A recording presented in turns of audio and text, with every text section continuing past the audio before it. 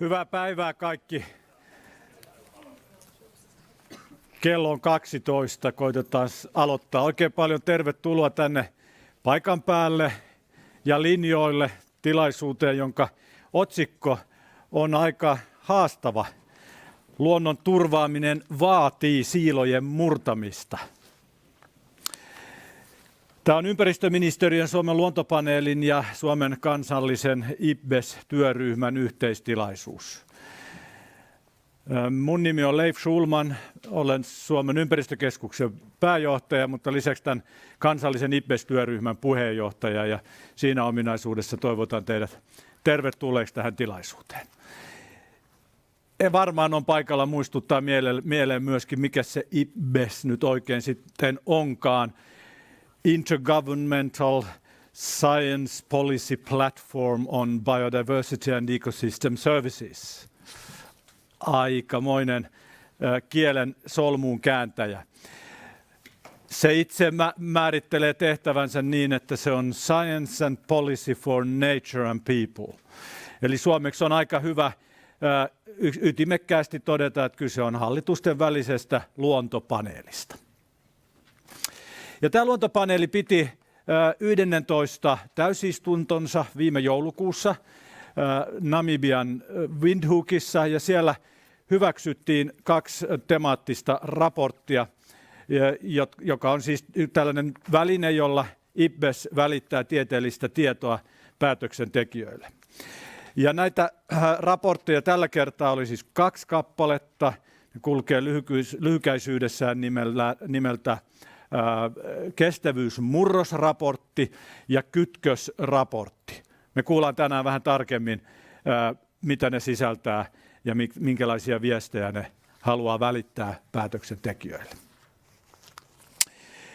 No, tänään me siis aloitetaan suunnilleen ensimmäinen tunti 5 lyhyellä alustuksella siitä, että mikä tämän IPBESin merkitys oikein on, mikä näiden temaattisten raporttien pääviestit on ja mitä ne merkitsee erityisesti Suomelle.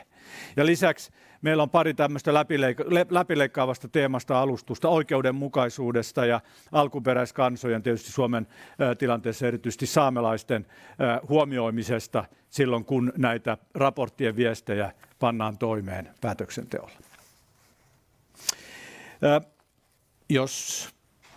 Ja tietysti kun puhujat pysyy aikataulussa, niin meillä on myös mahdollisuus muutamiin kysymyksiin aina välillä, sekä täältä paikan päältä että sitten tuolta linjoilta, jos kirjoittaa sinne chattiin kysymyksiä, niin pyritään nostamaan sieltä myöskin aikataulun salliessa.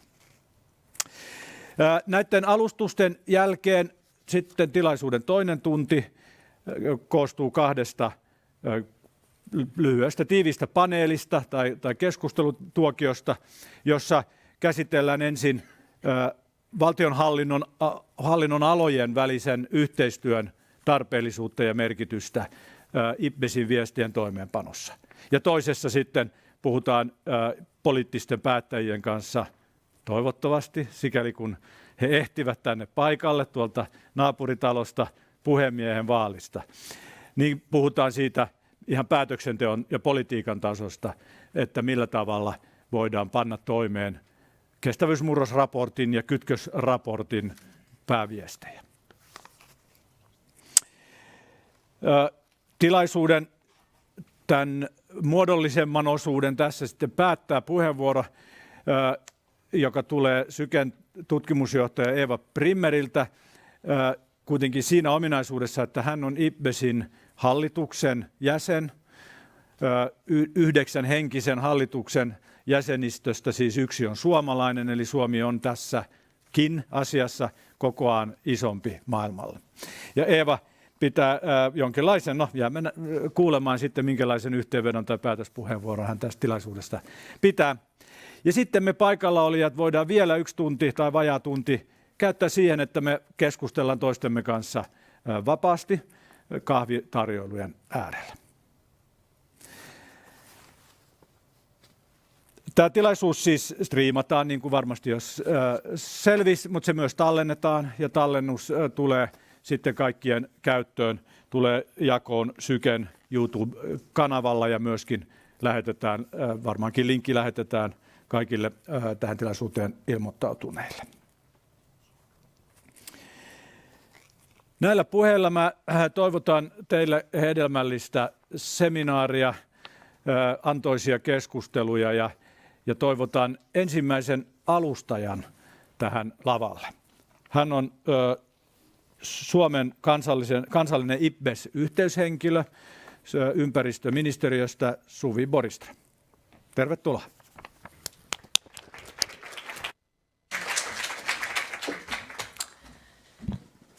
Kiitos Leif ja tervehdys minunkin puolesta kaikille. Kiva nähdä, että paljon porukkaa on täällä salissa ja sitten ilmeisesti siellä linjoillakin on paljon väkeä. Mä lupasin lyhyesti kertoa siitä, mikä IPBES on ja vähän siitä, että mikä näiden IPBESin raporttien merkitys on. No Leif tuossa sanotaan niin, että Leif ehkä kertoi pähkinänkuoressa, mikä IPBES on, mutta mä nyt sitten vähän vielä laajennan tätä pähkinänkuorta tässä. Eli kyseessä on tosissaan hallitusten välinen politiikan ja tieteen välinen paneeli, joka missiokseen kertoo vahvistaa tietopohjaa ja parantaa päätöksentekoa tieteellä luonnon monimuotoisuuden hyväksi, kestävän käytön edistämiseksi, kestävän kehityksen ja ihmisten hyvinvoinnin edistämiseksi. Ja tämä paneeli on perustettu 2012 ja tällä hetkellä noin 150 jäsenvaltiota on mukana. Eli tämä on siis IPCC-paneelia, ehkä hiukan tunnetumpi vielä näinä päivinä, niin vastaava paneeli sitten luontoasioille. No, IPBESillä on 4 eri toimintoa, eli nämä arviointiraportit on tietysti tämä niin kuin näyttävin osuus ja varmastikin tärkein osuus, mutta sen lisäksi se tekee tärkeää työtä päätöksenteon muotoilun ja toimeenpanon tukemiseksi sekä osaamisen vahvistamiseksi, ja sitten on myös tärkeä tämän tieteellisen tietoaukkojen tunnistaminen ja niihin sitten vastaaminen. No sitten tästä rakenteesta tällainen lyhykäinen kalvo, eli täysistunto, joka pääsääntöisesti kokoontuu vuosittain, niin se on tämä ylin niin kuin hallinnollinen elin ja kaikki jäsenvaltiot on edustettuina. Ja näissä täysistunnoissa muun muassa nämä raportit sitten hyväksytään, nämä raportit kokonaisuudessaan ja sitten niiden päätöksentekijöille suunnatut tiivistelmät. No sitten hallitus valvoo ja ohjaa tätä IPBESin hallinnollista toimintaa, ja tosissaan niin kuin Leif mainitsi, niin meillä on hieno asema nyt, että meillä on Suomen edustaja sitten siellä, tai itse asiassa Eevahan nyt edustaa EUta ja niin kuin länsimaista ryhmää sitten siellä hallituksessa, mutta tosissaan meillä on kiva näköalapaikka ja vaikutusmahdollisuudet nyt myös sitten tämän IPBESin hallituksen kautta. No sitten tätä tieteellisempää ja teknistä toimintaa sitten valvoo tämmöinen monitieteinen asiantuntijapaneeli, ja sitten koko IPBESiä tukee sihteeristö, joka sijaitsee Saksassa. Ja tosissaan nämä arviointiraportit, niitä on tähän mennessä julkaistu 13, ja nämä muodostaa nyt sen niin kuin tietopohjan sitten, ja näillä on suuri merkitys politiikkaan. Mulla on viimeinen sitten kalvo tuossa siitä. Ja itse asiassa täytyy sanoa, että toi asiantuntijoiden määrä tuossa, niin se taitaa olla viime vuodelta, että siinä ei ole nyt tämän 2 uusimman raportin asiantuntijan mukana, mutta joka tapauksessa pääviesti on, että tuhansia asiantuntijoita osallistuu näiden raporttien laatimiseen. Ja sitten nyt on käynnissä tämä työohjelma 2030 asti, ja niin kuin tästä näette, niin näiden juuri julkaistujen raporttien lisäksi on tulossa mielenkiintoisia raportteja. Seuraavassa täysistunnossa on tarkoitus hyväksyä biodiversiteettiä ja liiketoimintaa koskeva paljon odotettu ja ajankohtainen raportti, ja sitten on juuri käynnistymässä tämä toinen globaali arviointiraportti, ja sitten vielä 2 erityisesti Kunming-Montreal-kehystä tukevaa raporttia sitten, jotka liittyy mittaamiseen, seurantaan ja sitten kytkeytyneisyyteen ja alueiden käytön suunnitteluun. No sitten tämä IPBES-raporttien merkitys. Tämä on nyt kaikki graafiset suunnittelijat, sulkekaa silmänne, tein tällaisen vähän nopeasti hirvittävän näköisen kalvon, mutta yritän nyt tämmöisen yhden esimerkin kautta kertoa siitä, että miten tämä vaikutus on tai menee usein. Tässä on nyt esimerkkinä käytetty tätä ensimmäistä globaalia arviointiraporttia, joka julkaistiin 2019.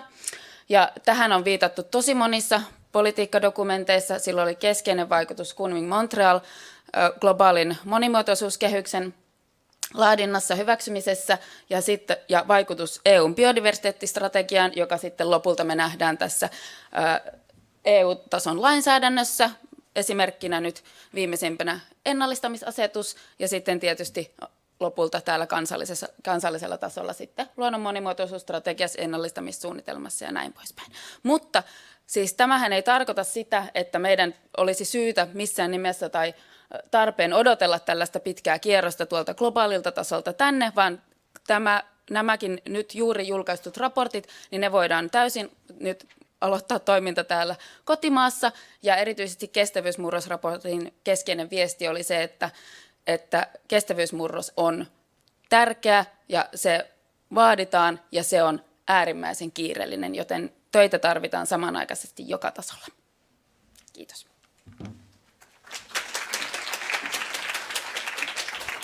Kiitos paljon Suvi. Ja nyt syvennytäänkin sitten näihin raportteihin, niiden sisältöön. Meille tulee puhumaan Suomen ympäristökeskuksesta Soile Kulmala, joka oli yksi Kytkösraportin johtavista kirjoittajista.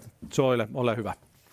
Kiitos Leif ja hyvää päivää kaikille minunkin puolestani. Ja tosiaan niin kuin Suvi tuossa kertoi jo siitä hallinnollisesta merkityksestä, nyt mä olen siis ollut osa sitä tuhansien asiantuntijoiden joukkoa ja sen haluan sanoa tässä vielä, että yksi merkitys tavallaan suomalaiselle tutkijalle on myös se, että on päässyt mukaan tekemään globaalia arviointityötä, jolloin se kehikko tai se työryhmien työskentely siellä antaa ihan uudenlaisen näkökulman tai ainakin se oli minulle uusi näkökulma siitä, että olen tehnyt työtä tietenkin niin kuin kansallisessa tutkimuksessa, mutta myös paljon EU-hankkeissa, mutta sitten kun siellä on globaali tutkijayhteisö, niin se on hyvin arvokasta ja haluankin kannustaa suomalaisia tutkijoita ja asiantuntijoita osallistumaan siihen työhön, että se on todella arvokasta. Ja kuten sanottiin, niin mä olen ollut mukana siinä Nexus-arviointiraportin kirjoittajana isossa porukassa, ja nyt minulla olisi niin kuin 20 minuuttia aikaa kertoa näistä kahdesta raportista, niin katsotaan varoituksen sana, että paljon tekstiä dioissa ja vähemmän kuvia, koska näitä asiaa on paljon, mutta ehkä tämä pohjustaa siihen keskusteluun ja antaa sitten osviittaa, että miksi se iltapäivän keskustelut on tehty niin kuin ne on tehty. Ja tosiaan nyt tämä mun esitys pohjaa 3 dokumenttiin ja sieltä mä oon tehnyt jotain karsintaa ja valintaa, mutta tosiaan nämä 2 IPBES-raporttia tässä, niin ne on vaan se Summary for Policymakers, eli se todella tiivis, lyhyt yhteenveto, joka siellä Namibian kokouksessa hyväksyttiin. Ja sitten jos haluaa oikeasti pureutua sinne, niin sitten pitää mennä kaivaa ne varsinaiset niin kuin arviointidokumentit. Ja sitten mä haluan kiittää myös Suomen luontopaneelia, että aivan mahtavaa työtä on tehty, että nämä keskeiset sisällöt on käännetty suomeksi ja käytännössä mun esitys perustuukin oikeastaan tämän Suomen luontopaneelin tekemään raportin sinne appendiksiin, koska siellä on tehty se varsinainen niin kuin käännöstyö. Et sitten nämä on ne niin kuin keskeiset lähteet. Mutta lähdetään nyt ihan määritelmistä liikkeelle. Mitä on Nexus? Siitä löytyy monenlaisia määritelmiä ja se on kiinnostavaa, jos kysyy tuolta tekoälystä tai Googlesta, niin Nexukselle löytyy ehkä enemmän määritelmiä kuin kestävyysmurroksille. Mutta Kytkösraportti on nimenomaan monitasoisista yhteyksistä luonnon monimuotoisuuden, ilmastonmuutoksen, veden, terveyden ja ruokajärjestelmän välillä. Ja ne oli nimenomaan ne teemat, jotka siinä Nexus-arvioinnissa otettiin huomioon. Ja sitten tämä kestävyysmurrosraportti määrittelee tämän kestävyysmurroksen luontokadon juurisyihin vaikuttaviksi, syvällisiksi, pitkäjänteisiksi muutosprosesseiksi yhteiskunnan järjestelmissä, rakenteissa ja käytänteissä. Ja tässä on tosiaan näiden kahden raportin tai tämän pääviestien rakenne.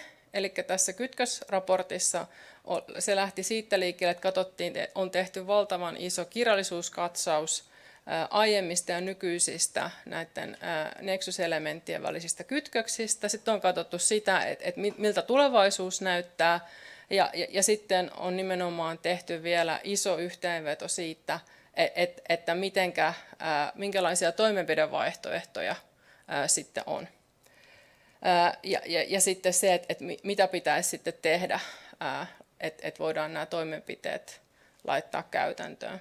No, kestävyysmurrosraportissa on sitten 3 osiota, ja sitten tässä onkin kiteytettynä jo osittain ne otsikot, eli se on kiireellinen, välttämätön ja haastava, mutta toivoakin on, eli että toteutusmahdollisuuksia löytyy, ja siellä esitetään strategioita ja toimia, ja myös se, että sekin, että me ollaan täällä tänään, niin on se, että se kestävyysmurroksen mahdollistaminen ja toteuttaminen on jokaisen tehtävä. No, sitten mennään tähän kytkösraporttiin, ja siinä tosiaan ilmastonmuutos oli semmoinen niin kuin läpileikkaava teema, mutta sitten keskityttiin erityisesti niin kuin vesi- ja ruokahuoltoon, luonnon monimuotoisuuteen ja ihmisten terveyteen ja myös tähän niin sanottuun One Healthiin. Ja jos lähdetään siitä raportin alusta ja kirjallisuuskatsauksesta, että mitä siitä aiemmista laajoista kytköksistä on niin kuin sanottu ja mitä sieltä löytyy, niin ehkä tälle yleisölle ei ole itsestäänselvä asia, mutta toistetaan se nyt asian tärkeyden vuoksi. Eli luonnon monimuotoisuus luo perustan meidän olemassaolomme, että se tukee vesi- ja elintarvikehuoltoa, terveyttä ja ilmaston vakautta. Ja tosiaan luontokato tapahtuu maailmanlaajuisesti kaikissa mittakaavoissa, ja mikä vaikuttaa ekosysteemien toimintaan, veden saatavuuteen ja laatuun, ruokaturvaan, ihmisten ja kasvien ja eläinten terveyteen sekä kykyyn sietää ilmastonmuutosta. Ja nimenomaan luontokato ja ilmastonmuutokset ovat todellakin kytköksissä ja vahvistavat toistensa vaikutuksia uhaten ihmisten terveyttä ja hyvinvointia. Ja yhteiskunnalliset, taloudelliset ja poliittiset päätökset, joissa asetetaan etusijalle lyhyen aikavälin hyödyt ja taloudelliset tuotot pienelle joukolle ihmisiä ja jätettäisiin huomiotta luonnon monimuotoisuut ja muut osa-alueisiin kohdistuvat kielteiset vaikutukset, johtaa epätasa-arvoiseen ihmisten hyvinvointiin. Ja tuossa oli se historia ja miltä sitten tulevat Nexus-yhteydet näyttävät tai kytkökset. Eli tulevaisuudessa on kuitenkin mahdollista saavuttaa laaja-alaisia ihmisen ja luonnon kannalta myönteisiä hyötyjä, mutta on haastavaa saavuttaa kaikkien osa-alueiden kannalta parhaita lopputuloksia. Ja sitten on skenaarioita, joista on hyötyä kaikkien osa-alueiden kannalta, ja siihen sisältyy useita toimenpidevaihtoehtoja, joilla voidaan tehokkaasti suojella, ennallistaa ja hyödyntää ekosysteemejä, vähentää merten, makean veden ja maan saastumista, sekä omaksua kestäviä ja terveellisiä ruokavalioita ja lieventää ilmastonmuutosta ja sopeutua siihen. Ja siiloutuneet poliittiset lähestymistavat ja toimet, joissa asetetaan etusijalle vain yksi osa-alue, rajoittavat laaja-alaista poliittisten tavoitteiden ja hyötyjen saamista. Ja mitä ne toimenpidevaihtoehdot sitten on tässä, en tosiaan käy niitä kaikkia lävitse, että siellä oli yli 70 toimenpidevaihtoa analysoituna, eli tässä on vain ne yhteenvedot. Eli luonnon monimuotoisuus, veden, ruokajärjestelmän, terveyden ja ilmastonmuutoksen kestävän hallinta on useita erittäin synergistisiä toimenpidevaihtoehtoja. Toimenpiteet, joita ei ole erikseen suunniteltu luonnon monimuotoisuutta silmällä pitäen, voivat olla kuitenkin tehokkaampia luonnonsuojelun välineitä kuin erityisesti luonnonsuojelutoimiksi suunnitellut toimenpiteet. Ja oikeassa mittakaavassa ja kontekstissa toteutetut toimenpidevaihtoehdot tuottavat laaja-alaisesti eriasteisia hyötyjä. Monet vaihtoehdoista ovat vieläpä kustannustehokkaita. Ja senpä takia niin kuin Suomessakin voidaan lähteä jo liikkeelle ja katsoa niitä skaaloja, että mitä täällä voitaisiin tehdä. Ja sitten erittäin tärkeää on miettiä sitä tulevaisuutta ja oikeudenmukaisuutta. Ja näitä löydöksiä olivat nimenomaan tämä siiloutuneisuus, eli nykyinen hallintotapa ei kykene vastaamaan monimutkaisiin, toisissa kytkeytyviin ja toisistaan riippuvaisiin haasteisiin, jotka johtuvat ympäristönmuutoksen nopeudesta ja laajuudesta sekä eriarvoisuuden lisääntymisestä. Johdonmukaista hallintoa, päätöksentekoa ja toimintavalmiutta voidaan vahvistaa monipuolisen näytön pohjalta toteutettavien harkittujen ja vaiheittaisten toimien avulla. Ja nimenomaan kuulutetaan laajaa joukkoa erilainen toimijoita, jotka voi käyttää näitä kytkösraportissa esiteltyjä työkaluja ongelmia jaettujen arvojen tunnistamiseen. Ja sitten kolmas keskeinen ohjenuora on se, tai myöskin ehkä toivoa herättävä asia on se, että talous- ja rahoitusjärjestelmiä voidaan muuttaa vahvistamalla päättäjien valmiuksia ymmärtää taloudellisten ja ekologisten järjestelmien välisiä yhteyksiä ja reagoida niihin sekä käyttää kestäviä rahoitusvälineitä ja taloudellisia keinoja. Ja tässä on vielä lyhyt kaavakuva sieltä, joka on käännetty siinä Luontopaneelin tekemässä dokumentissa. Eli kokonaisvaltainen hallinto ja johdonmukainen politiikka ja sen avaintekijöitä ovat nimenomaan integroivat ja kokonaisvaltaiset lähestymistavat, osallistavat menetelmät, tasa-arvoinen vastuullisuuden huomioiminen, yhteistoiminnalliset menettelytavat ja joustava, reflektoiva ja kokeileva asennoituminen asioihin. No sitten mennään siihen kestävyysmurrosraporttiin ja sen keskeisiin viesteihin. Eli kestävyysmurros on kiireellinen, välttämätön ja haastava, mutta kuitenkin mahdollista toteuttaa. Oikeudenmukaiseen ja kestävään maailmaan tähtävä kestävyysmurros on kiireellinen ja välttämätön, jotta luontokadosta, luonnon köyhtymisestä ja näistä johtuvista elintärkeiden ekosysteemipalveluiden romahtamisesta johtuviin toisiinsa kytkeytyviin kriiseihin voidaan puuttua. Ja 10 vuoden viivästys luontokatoa pysäyttävissä ja luonnon köyhtymiseen suunnan kääntävissä toimissa aiheuttaa arviolta kaksinkertaisesti kustannuksia välittömiin toimiin nähden. Ja sitten siellä lisätään 4 periaatetta määrätietoisen kestävyysmurroksen ohjaukseen, ja ne ovat yhdenvertaisuus ja oikeudenmukaisuus, moniarvoisuus ja osallistaminen, kunnioittavuus ja vastavuoroisuus ihmisen ja muun luonnon suhteessa ja sopeutuva oppiminen ja toiminta. Ja tässä voidaan tosiaan löytää sitten yhtäläisyyksiä siihen Nexus-raportissa esitettyyn toimintamalliin.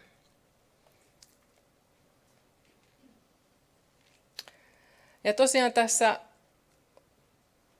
kestävyysmurrosraportissa listataan 5 haastetta, joita pitäisi lähteä nyt taklaamaan.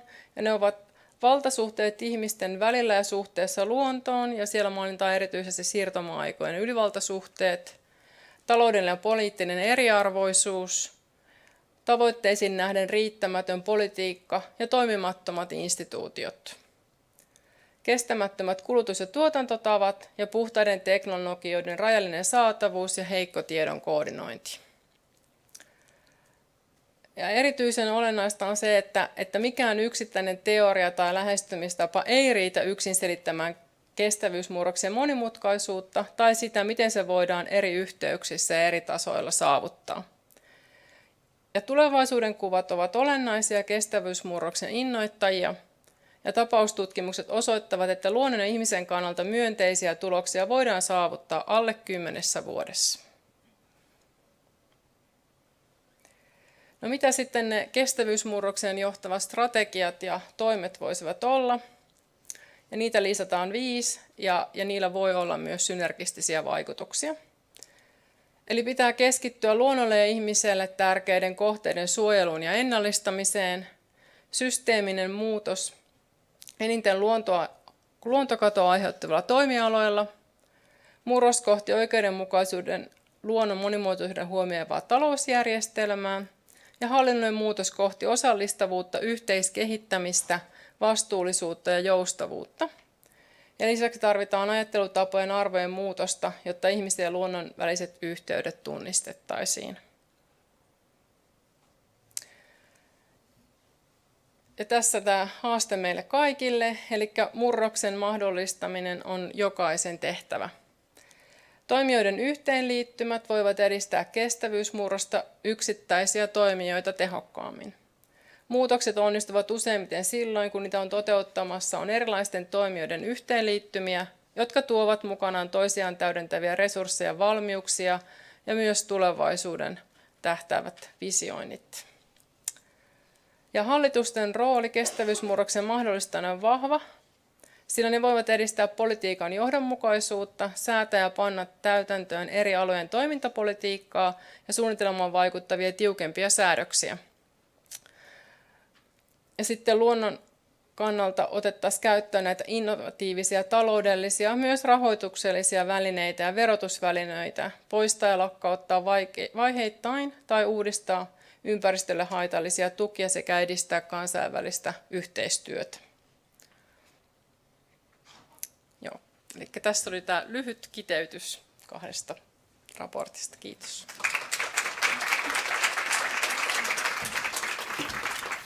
Kiitos Soilelle.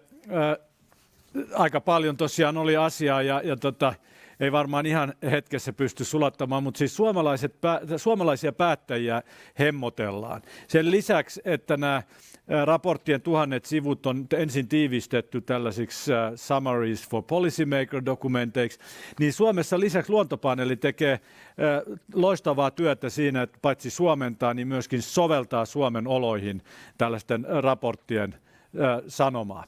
Ja näiden raporttien tästä Suomen oloihin soveltamisesta tulee meille puhumaan Luontopaneelin varapuheenjohtaja professori Ilari Sääksjärvi Turun yliopistosta. Tervetuloa Ilari. Kiitoksia paljon.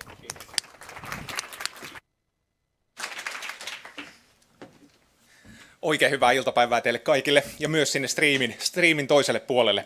Kiva olla täällä. Valtavan suuret kiitokset kutsusta päästä puhumaan tähän tilaisuuteen. Ja heti alkuun myös kiitokset kaikille teille, jotka olette saanut tämän tilaisuuden aikaiseksi. Mä tiedän, että tässä on ollut tosi kova työ nopealla aikataululla, kun olette hienon tilaisuuden rakentanut meille. Suuret kiitokset siitä. Niin kuin ollaan kuultu tuossa edellisissä esityksissä hyvin, niin kestävyysmurros yhteiskunnassa on välttämätön. Mutta se kestävyysmurroksen saavuttaminen, niin se on aikamoinen tehtävä.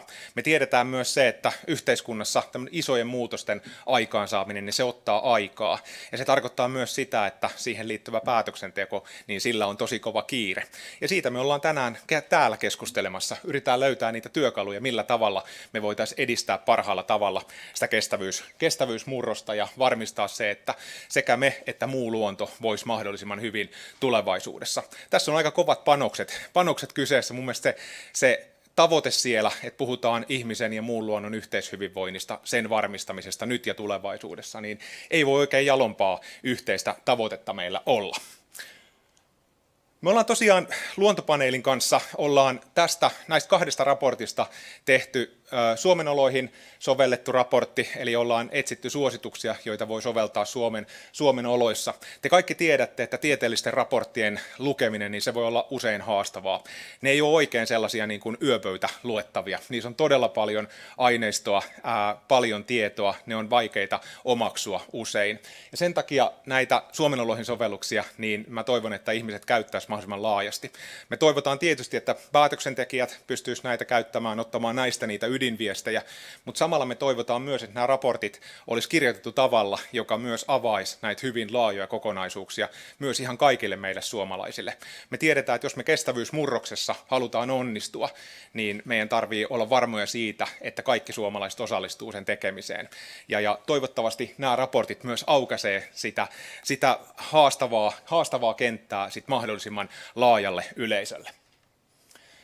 Me ollaan tähän alkuun otettu muutama kuva tuolta IPBESin hienoista raporteista. Ja tämä on oikeastaan tämä ensimmäinen kuva. Tässä tulee mulle mieleen toivo myös. Niin kuin kuultiin ehkä tuossa Soilenkin esityksessä, niin Soilekin mainitsi sanan toivo. Niin tässä on yksi esimerkki niistä mainioista kuvista, jota nuo raportit sisältää. Tässä on esitelty 71 erilaista toimenpidettä, jotka edistäisi sitä johdonmukaista politiikkaa tulevaisuudessa ja veisi meitä kohti niitä yhteisiä kestävyystavoitteita. Ja kun näitä katsoo, näitä kuvia, niin tulee se mieleen, että ei oikeastaan kukaan voi enää sanoa, että me ei voida tässä edetä, koska meillä ei ole työkaluja, millä me edetään, vaan niitä on todella pohdittu paljon, ja näistä raporteista löytyy myös sit kuvaukset näistä kaikista toimenpiteistä, eli niitä kannattaa katsoa, ja niitä kannattaa lähteä sieltä omaksumaan ja soveltamaan. Toinen kuva, mikä me haluttiin poimia noista raporteista tähän, kuvaa rahavirtoja. Ja tämä ehkä kuvaa myös sitä tilannetta, mikä meidän pitäisi myös saada voitettua tai selätettyä yhteiskunnassa. Kestävyysmurroshan tarkoittaa sitä, että me saadaan aikaan tämmöinen hyvin laajamittainen muutos yhteiskunnan toiminnoissa. Mutta se iso muutos, se tarkoittaa myös sitä, että me tarvitaan se iso muutos myös meidän arvomaailmassa. Ja tämä kuvaa ehkä nyt tiivistää aika hyvin sitä, että minkälaisessa maailmassa me tällä hetkellä eletään. Tuolla uloimmalla kehällä näkyy maailmanlaajuinen bruttokansantuote. Sieltä seuraavaksi uloin kehä, niin se kertoo siitä, että kuinka suuri osa maailmanlaajuisesta bruttokansantuotteesta on riippuvaista luonnon monimuotoisuudesta. Ja se on yli puolet, eli hyvin huomattava osuus. Mutta sitten tuo viimeisellä näkyy itse asiassa kansainvälisen biodiversiteettirahoituksen määrä, joka on noin 0,1%. Ja se ehkä kertoo siitä, että aika haastavan tilanteen edessä ollaan, me tarvitaan niitä muutoksia siihen suuntaan, että me ymmärrettäisiin, että luonnon monimuotoisuus, se luo pohjan myös meidän taloudelle, ylipäänsä meidän hyvinvoinnille, ja meidän pitäisi siihen aika lailla enemmän pystyä panostamaan tulevaisuudessa. Mennään näihin suosituksiin, mitä me ollaan poimittu. Mä avaan näistä joitakin hiukan tarkemmin, osan meidän vähän pikakelauksella. Ensimmäinen näistä kokonaisuuksista käsittelee yhteishyvinvointia edistävää politiikkaa. Tuossa Soilen esityksessä tuli kanssa esille jo, että nämä tulevaisuuden kuvat, nämä on tärkeitä siinä, kun kestävyystavoitteita kohti mennään. Ihmisillä pitää olla tavoitteita ja niiden pitää olla mahdollisimman konkreettisia. Me ollaan ajateltu luontopaneelissa, että tärkeää olisi se, että meillä olisi myös Suomessa tämmöinen kansallinen tulevaisuuden kuva, jonka kanssa me voitaisiin mennä kohti niitä yhteisiä kestävyystavoitteita. Ja me ollaan ajateltu se niin, että tämmöinen tarvittaisiin työryhmä, jossa olisi edustuksia esimerkiksi ministeriöistä, eri eduskuntaryhmistä, tutkimusmaailmasta ja niin edelleen, rakentamaan sitä yhteistä tulevaisuuden kuvaa. Toinen pointti on meille tärkeä. Me ollaan sitä jo ainakin vuodesta 2022 lähtien nostettu eri raporteissa ja mietinnöissä. Me ollaan vahvasti sitä mieltä, että Suomeen tarvitaan luontolaki. Tiedätte, että luonnon turvaamista koskeva lainsäädäntö se on osittain repaleista Suomesta, tai se on oikeastaan jakautunut moniin eri lakeihin, eli meillä on luonnonsuojelulakia, ympäristönsuojelulakia, vesilakia, metsälakia ja niin edelleen. Me tarvittaisiin laki, joka olisi sitova kaikille hallinnon aloille, ja jossa olisi myös tämmöiset määrälliset aikaansidotut tavoitteet luonnon köyhtymisen pysäyttämiselle ja toisaalta sitten taas esimerkiksi luontopositiivisen yhteiskunnan saavuttamiselle. Tietysti tärkeä rooli luonnon turvaamisessa on myös tuilla. Meidän pitäisi entistä enemmän pystyä panostamaan siihen, että tuet menisivät sellaisiin toimenpiteisiin, jotka turvaa luonnon monimuotoisuutta ja estää sen köyhtymistä. Luonnon monimuotoisuuden turvaamisessa aika heikosti on käytetty aiheuttaja maksaa -periaatetta. Me esitetään myös sitä, että se olisi hyvä ottaa Suomessa esimerkiksi luontohaittamaksun kautta käyttöön, jolloin me saataisiin ne tahot, jotka eniten aiheuttaa luontohaittaa, niin myös maksamaan siitä haitasta, ettei se olisi sit laajemmin yhteiskunnan maksettavissa olevaa hommaa. Ja sitten meillä pitäisi vielä näitä yhteisvaikutuksia, eli erityisesti tämän kytkösraportin 5 nexuselementin yhteisvaikutuksia, niin pyrkii niiden arviointia parantamaan lainsäädännössä. Toinen suosituskokonaisuus liittyy oikeastaan suojeluun. Luonnonsuojelu on edelleen luonnon turvaamisessa se kaikista tärkein kivijalka, kaikista tärkein työkalu, mitä meillä on olemassa. Me tiedetään, että Suomessakin tilanne on haastava. Meillä on aika paljon tekemistä vielä, että me päästäisiin niihin suojelusitoumuksiin, joihin me ollaan sitouduttu kansainvälisten sopimusten kautta. Eli me tarvitaan suojelualueita lisää. Luonto tarvitsee tilaa, jotta se pystyy jatkamaan oloaan myös tulevaisuudessa mahdollisimman hyvässä tilanteessa. Ja Suomessa tietysti näkyy myös se, että meillä suojelualueet keskittyy tällä hetkellä voimakkaasti Pohjois-Suomeen, kun taas Etelä-Suomessa on vähemmän.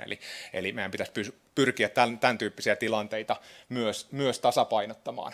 Meillä on Suomessa vain 2 biosfäärialuetta, me esitetään, että niitä tarvittaisiin enemmän, ja ne on tietysti aika hyvin yhteydessä myös näihin raportteihin. Siellä myös biosfäärialueiden rooli on nostettu tärkeästi esille. Me esitetään myös tämmöistä maakuntakohtaista suojelumallia, jota me ollaan myös aikaisemmin esitetty, että voitaisiin antaa maakuntien tehtäväksi kohdistaa suojelualueet. Ja tässä voisi olla myös se hyvä puoli, että se voisi lisätä maakuntien välistä yhteistoimintaa luonnon turvaamisessa. Meidän pitäisi tietysti noudattaa mahdollisimman hyvin ekologisia periaatteita siitä, millä tavalla suojelualueita perustetaan. Tällä hetkellä aika paljon on näitä pienialaisia suojelualueita, mutta me tarvitaan isoja kokonaisuuksia, sellaisia kokonaisuuksia, jotka on myös yhteydessä toisiinsa, jotta luonnon monimuotoisuudella on mahdollisuus sit myös siirtyä paikasta. Meidän tarvitsisi tietysti kaavoituksessa huomioida luonnon turvaaminen mahdollisimman hyvin, tuoda sellaisia työkaluja kaavoitukseen, että pystyttäisiin turvaamaan luonnon arvoiltaan merkittävät alueet ja myös yhteydet niiden välillä. Tiedetään, että vesien tila Suomessa on heikko, sekä sisävesien että esimerkiksi rannikkomerialueen tila, niin siinä olisi tärkeää, että me pystyttäisiin nämä kytkökset huomioimaan paremmin. Ja lähtökohta pitäisi olla se, että maankäytön muutokset ei tietenkään saisi sitten taas vaarantaa vesiluonnon tilaa. Ja viimeinen pointti tässä diassa liittyy globaalivastuuseen, eli siihen, että me tietysti ulkoistetaan osa meidän aiheuttamasta luontohaitasta ulkomaille. Meidän ymmärrys kasvaa onneksi siitä koko ajan. Suomessakin on jo muutamia tutkimusryhmiä, jotka tekee kovaa vauhtia luontohaitta-arviointiin liittyvää tutkimustyötä. Tietämys kasvaa koko ajan. Mutta millä tavalla me saataisiin se tietämys siirtymään myös esimerkiksi kuluttajatasolle? Millä tavalla kuluttajat sais paremmin tietoa siitä, että miten se hänen ostamansa tuote, millä tavalla se aiheuttaa luontohaittaa muualla maailmassa? Tuossa tuli esille jo hyvin tärkeät asiat kestävyysmurrokseen liittyen, jotta se voisi edistyä ja edetä hyvää vauhtia, niin sen pitää olla oikeudenmukaista. Meillä kaikilla pitää olla semmoinen fiilis kestävyysmurroksesta, että se kohtelee meitä hyvin. Silloin se pystytään jatkamaan tai se pystyy menemään eteenpäin hyvällä tavalla. Meidän pitää varmistaa myös se, että se on osallistavaa mahdollisimman hyvin, eli kaikki pääsee vaikuttamaan siihen. Ja tässä me ollaan erityisesti nostettu esille lapset ja nuoret, eli meidän pitäisi lasten ja nuorten yleissopimuksen, YK:n yleissopimuksen mukaisesti pystyä turvaamaan lasten ja nuorten oikeudet tulevaisuudessa. Ja nyt tietysti luontokadon ilmastonmuutoksen aikana niin ne on vaarantunut. Toisaalta me pidetään hyvin tärkeänä sitä, että Suomessa saamelaisten oikeudet turvataan hyvin. Me ollaan keskusteltu luontopaneeli nyt myös saamelaiskäräjien kanssa, luontopaneelin puheenjohtajistosihteeristö joulukuussa, ja pohdittu sitä, miten me voitaisiin paremmin tulevaisuudessa vielä olla yhteydessä toisiimme. ILO-sopimuksen eli alkuperäiskansojen oikeuksia koskevan sopimuksen ratifiointi on tietysti myös tärkeä. Jotta me voidaan kaikki tehdä kestävyysmurrosta, niin meidän tarvitsee siitä mahdollisimman paljon tietää ja hyvin se ymmärtää. Ja sen takia me esitetään, että kestävyysmurrokseen ja näihin nexuselementteihin liittyvä ymmärrys, kytköksiin liittyvä ymmärrys, niin se pitäisi valtavirtaistaa mahdollisimman laajasti koulutuksen kautta. Ja sitten vielä viimeisenä kohtana, niin miten me voidaan edistää ihmisen ja muun luonnon yhteistä terveyttä. Me ollaan esitetty, että perustettaisiin kansallinen luontoterveysohjelma, joka varmistaisi sen, että luonnon terveys- hyvinvointihyödyt tulisi laajasti kaikkien saataville. Meidän pitäisi muodostaa kriteerit uudistavalle ja luonnon monimuotoisuutta turvaavalle ruoantuotannolle. Ja tämä on tietysti tärkeä kysymys, erityisesti nykyisessä maailmantilassa, jossa on tärkeää varmistaa se, että meidän maan huoltovarmuus, kriisinkestävyys pysyy myös korkealla tasolla. Meidän pitäisi suunnata tukia siihen suuntaan, että ne tukis mahdollisimman hyvin kestävää ruoantuotantoa, luonnon monimuotoisuutta, turvaavaa luonnontuotantoa. Ja sitten viimeisenä vielä nostona tässä esityksessä, niin meidän pitäisi tietysti kannustaa kasvisperäisen ravinnon käyttöä. Tämä on tietysti linjassa myös uusien Suomen ravitsemussuositusten kanssa, jotka ilmestyi viime vuonna. Kiitoksia!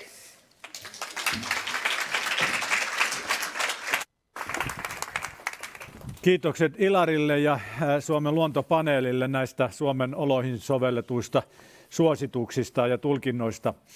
Nyt meillä olisi mahdollisuus muutamaan tai pariin yleisökysymykseen näille ensimmäisille alustajille, ennen kuin siirrytään näihin alustamaan syvemmin näistä oikeudenmukaisuusteemoista, joihin Ilari päätti.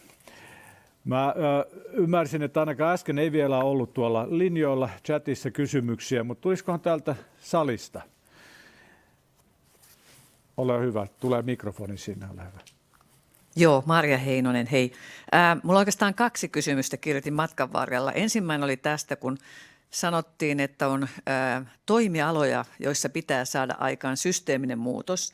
Niin mitkä on nämä toimialat erityisesti, missä tämä systeeminen muutos pitäisi saada aikaan? Ja sitten on toinen kysymys, mä kysyn nämä molemmat, oli tälle hyvästä viimeisestä puheenvuorosta, kiitos.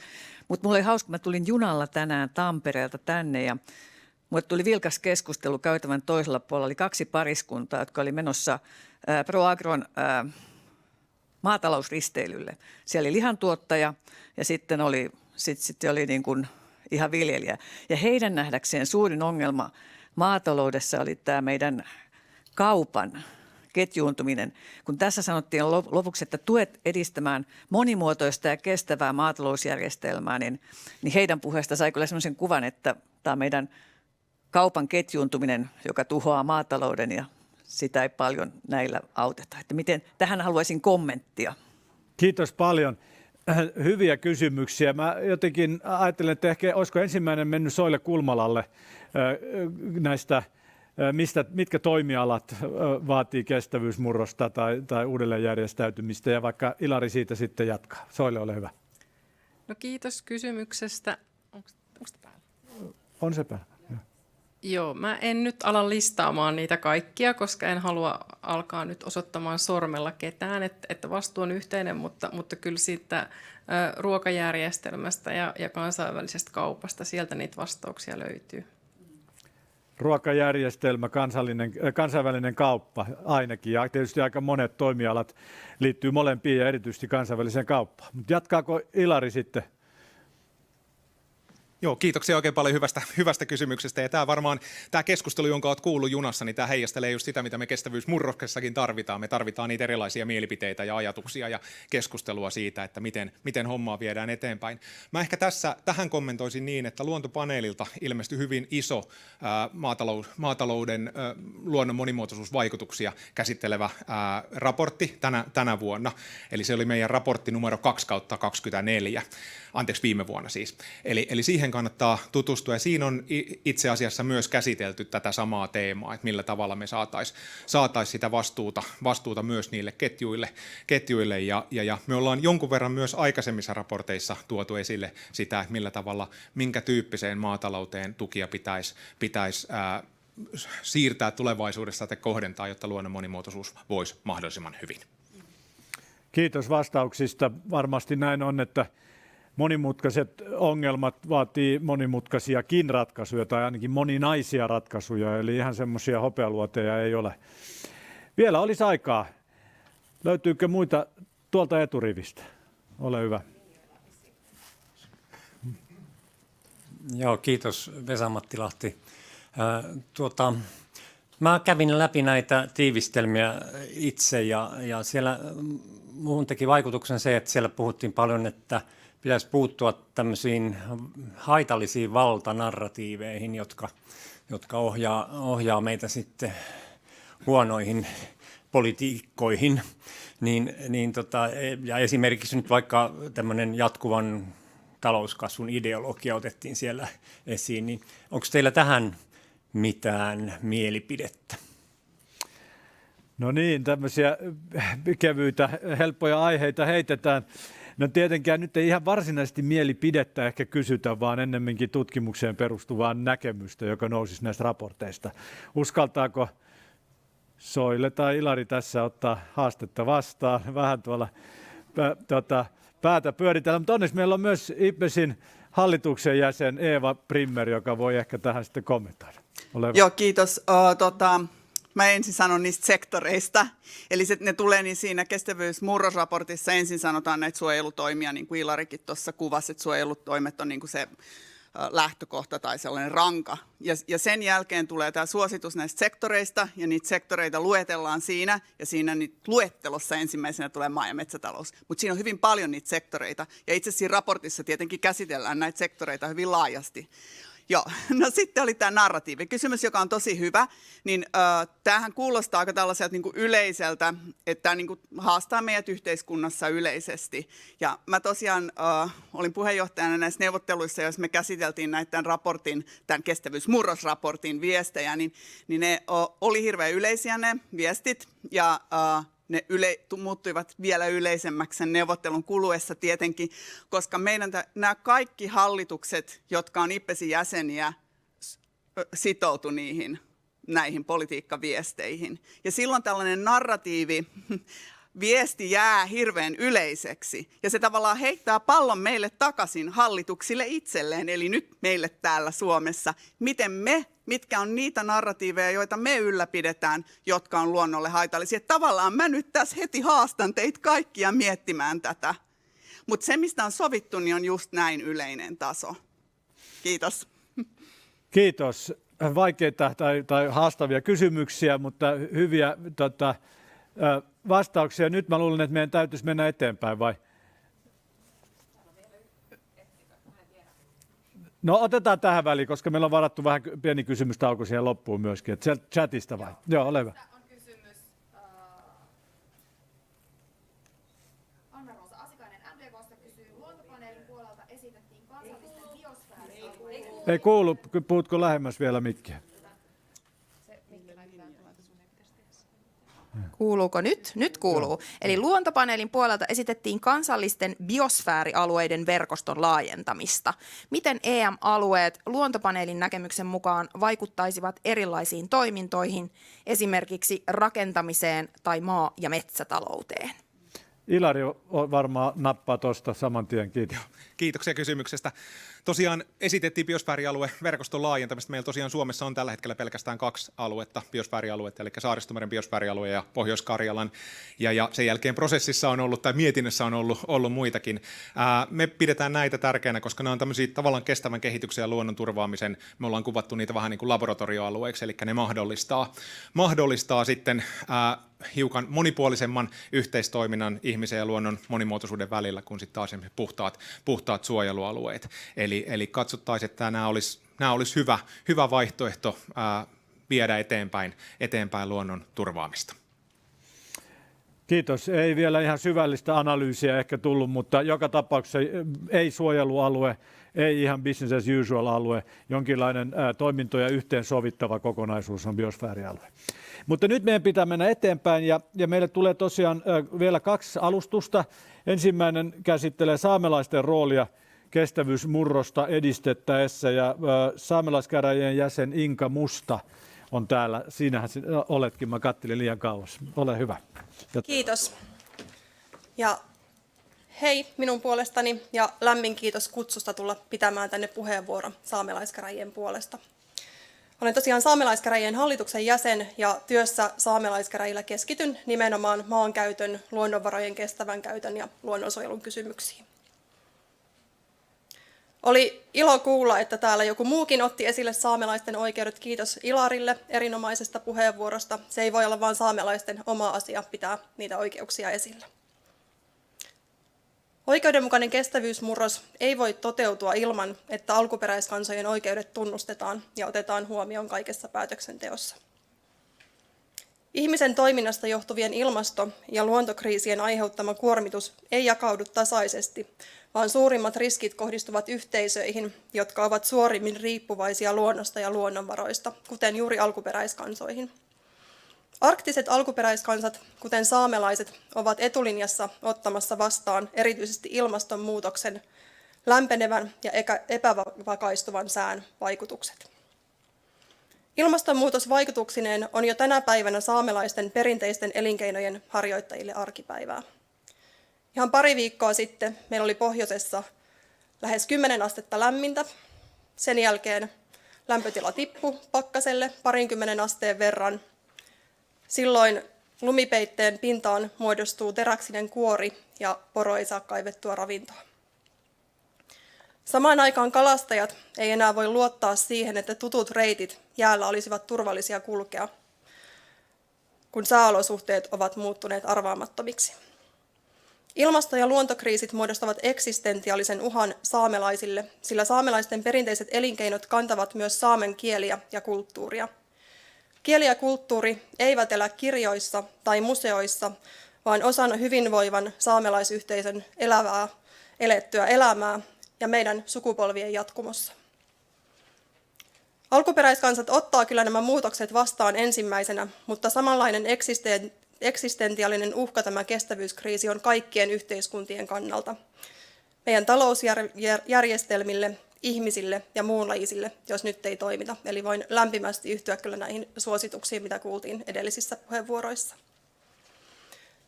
Kestävyysmurroksen osa-alueet, kuten ilmastonmuutoksen torjunta, luontokadon hillintä ja vihreä siirtymä, ovat tärkeitä tavoitteita, jotka me saamelaiset myös jaamme. Mutta ne eivät saa tapahtua alkuperäiskansojen kustannuksella. Tässä tilanteessa, jossa meidän olemassaolomme on muutenkin uhattuna, vihreän siirtymän hankkeet, kuten tuulivoiman ja muun uusiutuvan energian rakentaminen, bioenergian hankinta ja kaivostoiminta uhkaavat saamelaisten perinteisiä elinkeinoja, kalastusta, tuotjia eli saamen käsityötä, poronhoitoa, keräilyä ja metsästystä. Vihreän siirtymän hankkeet on toteutettava oikeusperustaisen lähestymistavan mukaisesti, jossa alkuperäiskansat ovat oikeuksien haltijoita, eivät vain yksi sidosryhmä muiden joukossa. Suomessa saamelaisilla on perustuslaillinen oikeus kehittää kieltään ja kulttuuriaan sekä itsehallinto näissä asioissa, jota saamelaiskäräjät hoitaa. Kansainväliset sopimukset, kuten YK:n alkuperäiskansojen oikeuksien julistus, KP-sopimus eli kansalais- ja poliittisia oikeuksia koskeva sopimus ja biodiversiteettisopimuksen artikla 8j velvoittavat Suomea kunnioittamaan ja suojelemaan saamelaiskulttuuria ja sen yhteyttä luontoon.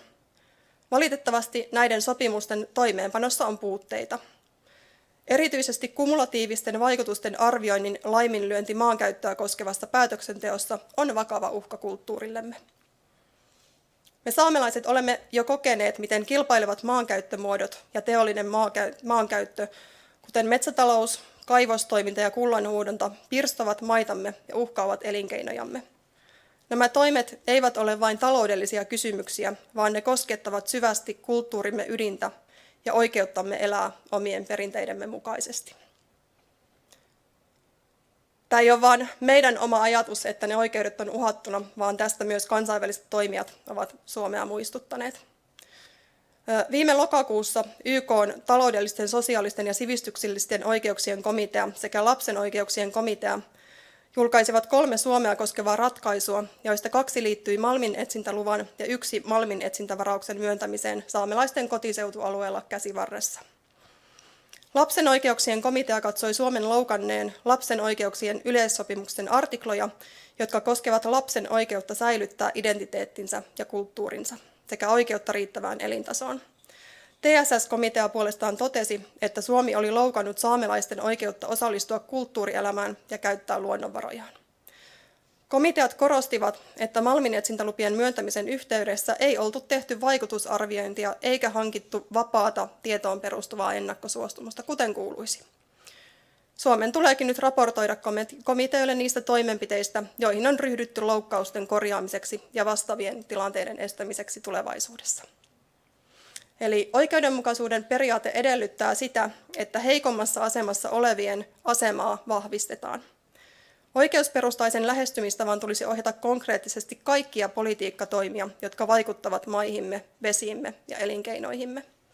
Meidän ei tule olla vain kuultavia, vaan aktiivisia toimijoita, joiden suostumus ja osallistuminen on edellytys sellaisten hankkeiden toteutumiselle, jotka meihin vaikuttavat.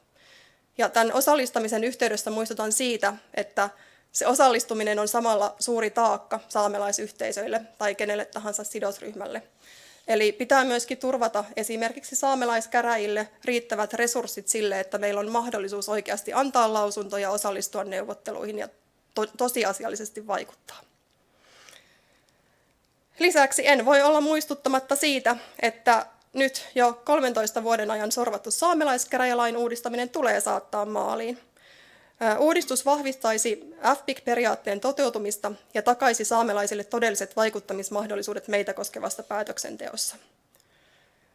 Saamelaisten oikeudet tulee saada mukaan myös kaikkeen sektorilainsäädäntöön ja varmistaa, että viranomaisilla on osaaminen noudattaa näitä velvoitteita. Ja tähän, mitä Ilari nosti jo ILO 169 sopimuksesta, voin lämpimästi yhtyä. Sopimus tulisi ratifioida viipymättä. Ja ihan semmoisina niin kuin hienoina aloitteina nostan esille nyt saamelaisen ilmastoneuvoston. Se on hieno aloite, missä tuodaan mukaan saamelaisten omaa ääntä päätöksentekoon. Ja samaa toivoisin, että myöskin luontopuolella vahvistettaisiin vaikka sitten tämmöisen instituution kautta saamelaisten äänen kuulumista. Eli kestävyysmurros ei voi olla oikeudenmukainen ilman alkuperäiskansojen oikeuksien turvaamista. Meillä saamelaisilla on paljon sellaista tietoa ja ymmärrystä, joka varmasti auttaa muitakin, kun halutaan turvata luonnon monimuotoisuutta ja edistää kestävää kehitystä. Ja oikeudenmukainen tulevaisuus on mahdollinen vain, jos se rakentuu kaikkien oikeuksien kunnioittamiselle, myös tulevien sukupolvien ja muunlajisten, niin kuin tässä tuli aikaisemmissa puheenvuoroissa esille. Ja me saamelaiset halutaan olla hyvästä yhteistyöstä rakentamassa tällaista tulevaisuutta.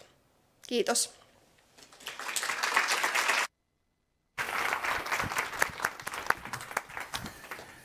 Kiitos paljon Inkalle. Ja sitten meillä on vielä viimeinen alustus, jossa jatketaan oikeudenmukaisuuden teemaa, mutta ilmeisesti hiukan niin kuin laveammin näkökulmia siihen. Apulaisprofessori Tea Kortetmäki Jyväskylän yliopistosta. Ole hyvä. Kiitos. Kiitos järjestäjille ja edellisille puhujille ja yleisölle, että olette kuulemassa tätä. Tarjoan lyhyesti näkökulmia oikeudenmukaisuuteen ja meillä on tässä nyt kerrottu tänään, miten paljon kestävyysmurros tulee vaatimaan työtä ja että sillä työllä on kiire. Ja silloin herää ehkä se kysymys ja ajatus, että miksi ottaa tähän nyt vielä tämä oikeudenmukaisuus mukaan, eikö se uhkaa koko kestävyysmurrosta? No esittelen muutamia syitä ja sitä, mitä oikeudenmukaisuus tarkoittaa ja mitä ei tarkoita. Mutta se, minkä takia oikeudenmukaisuus on tärkeää jo mainittujen syiden lisäksi, jos me ajatellaan yleisemmin meidän ihmiskuntaa ja tulevaisuutta. Oikeudenmukaisuus on ihmisoikeuksien julistuksen, hyvinvointivaltion kulmakivi. Se on meidän inhimillisin hyve. Mitä me ollaan ihmisinä, jos me ei pyritä oikeudenmukaisuuteen? Vain oikeudenmukaisuuteen pyrkivä toiminta voi olla kestävää kehitystä, joka pitäisi olla jaettu tavoite. Ja lisäksi voidaan tarjota tällaisia välineellisiä perusteluja, eli oikeudenmukaisuus parantaa murrostoimien läpäisevyyttä yhteiskunnassa eri intressiryhmissä häiriöaikoina, ja oikeudenmukaisuus on eräänlaista poliittista ja sosiaalista riskienhallintaa, jolloin me luodaan tulevaisuudelle vakaampaa pohjaa. Mutta se, että kaikki voi voittaa, kaikilla on se olo, että on oikeudenmukaista. Se on murrosta jarruttava harha. Se on yksi näitä valtanarratiiveja, joista meidän on päästävä eroon. Nämä ei ole välttämättömiä, mutta nämä on mahdollisia ristiriitojen ja jännitteiden lähteitä, kun ajatellaan oikeudenmukaisuutta. Ensinnäkin lyhyen ja pitkän aikavälin hyvä ei välttämättä ole molemmat aina samaan suuntaan johtavia asioita. Paikallinen ja globaali hyvä ideaalitilanteessa tarkoittaa ja menee samaan suuntaan, mutta joskus myös niiden välillä on selkeitä jännitteitä. Aiemmin hyötyneiden, kuten käytännössä kaikkien meidän tässä salissa lähestulkoon ja todennäköisesti suurimman osan linjoilla olevista joukkoon. Me ollaan näitä aiemmin hyötyneitä, me ollaan suhteellisen hyväosaisia. Meidän hyvä ja yleinen hyvä ja tulevien sukupolvien hyvä on jännitteisiä.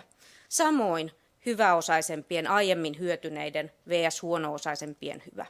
Ja lopulta itse prosesseissa osallistavuus versus kiireellisyys. Siinä on tietty väistämätön jännite.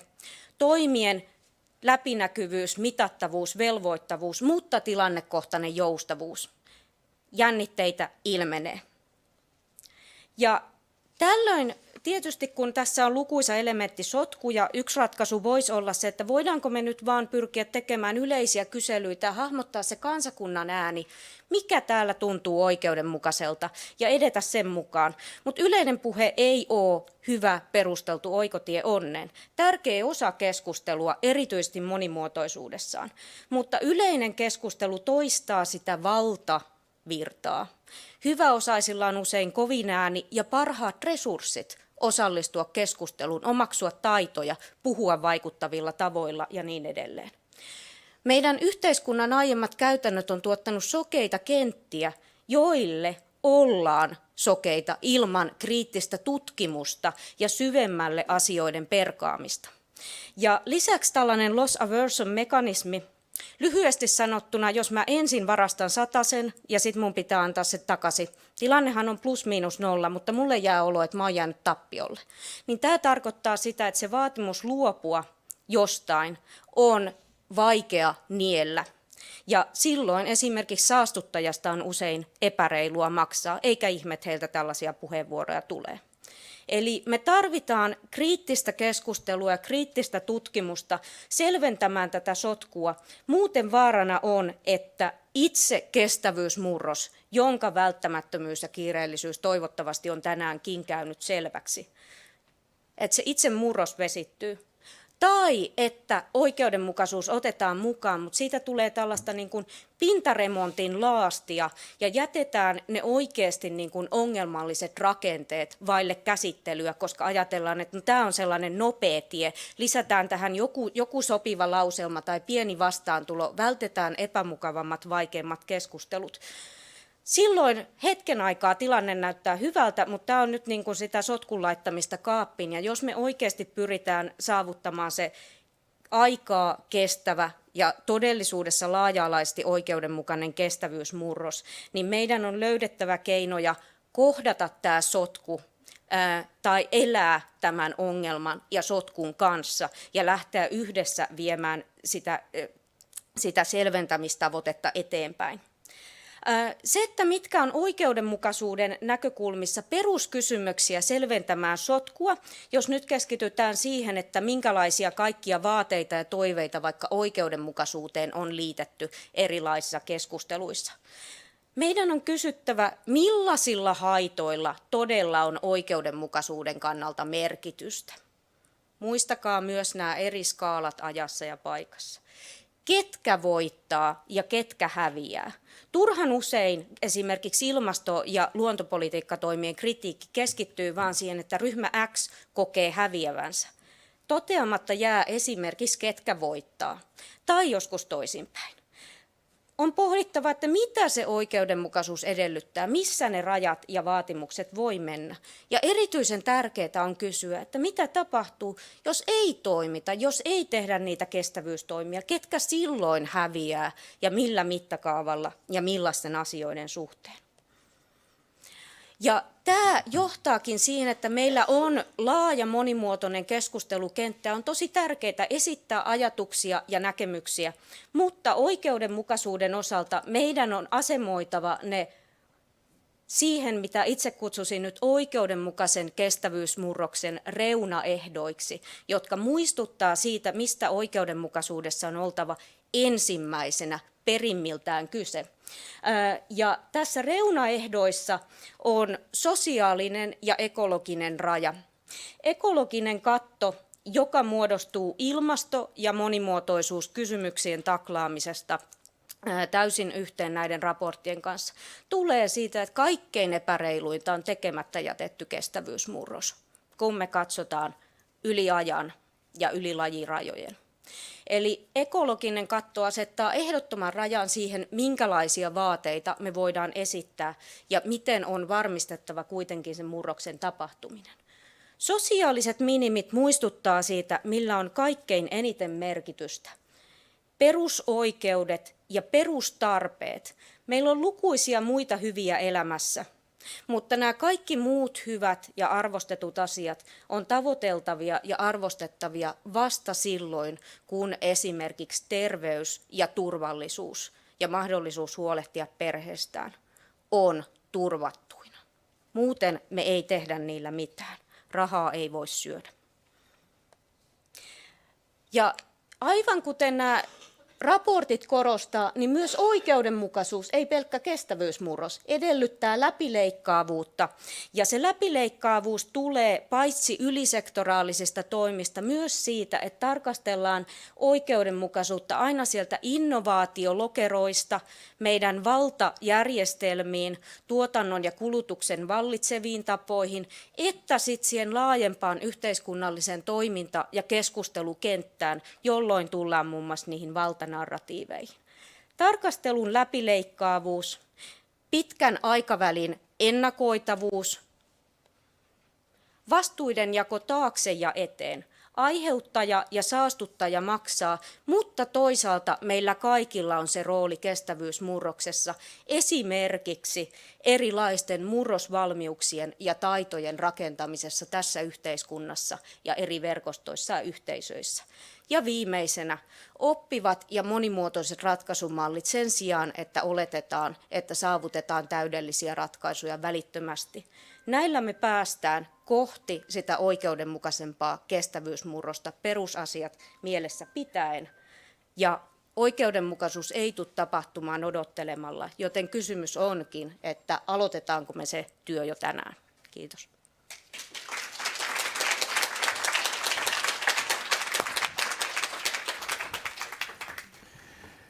Kiitos paljon Teija ja kaikki muut alustajat. Nyt meillä olisi taas mahdollisuus pariin kysymykseen.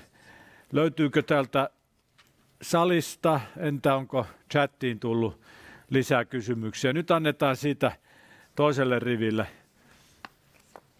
Ole hyvä. Onko tämä päällä? Joo.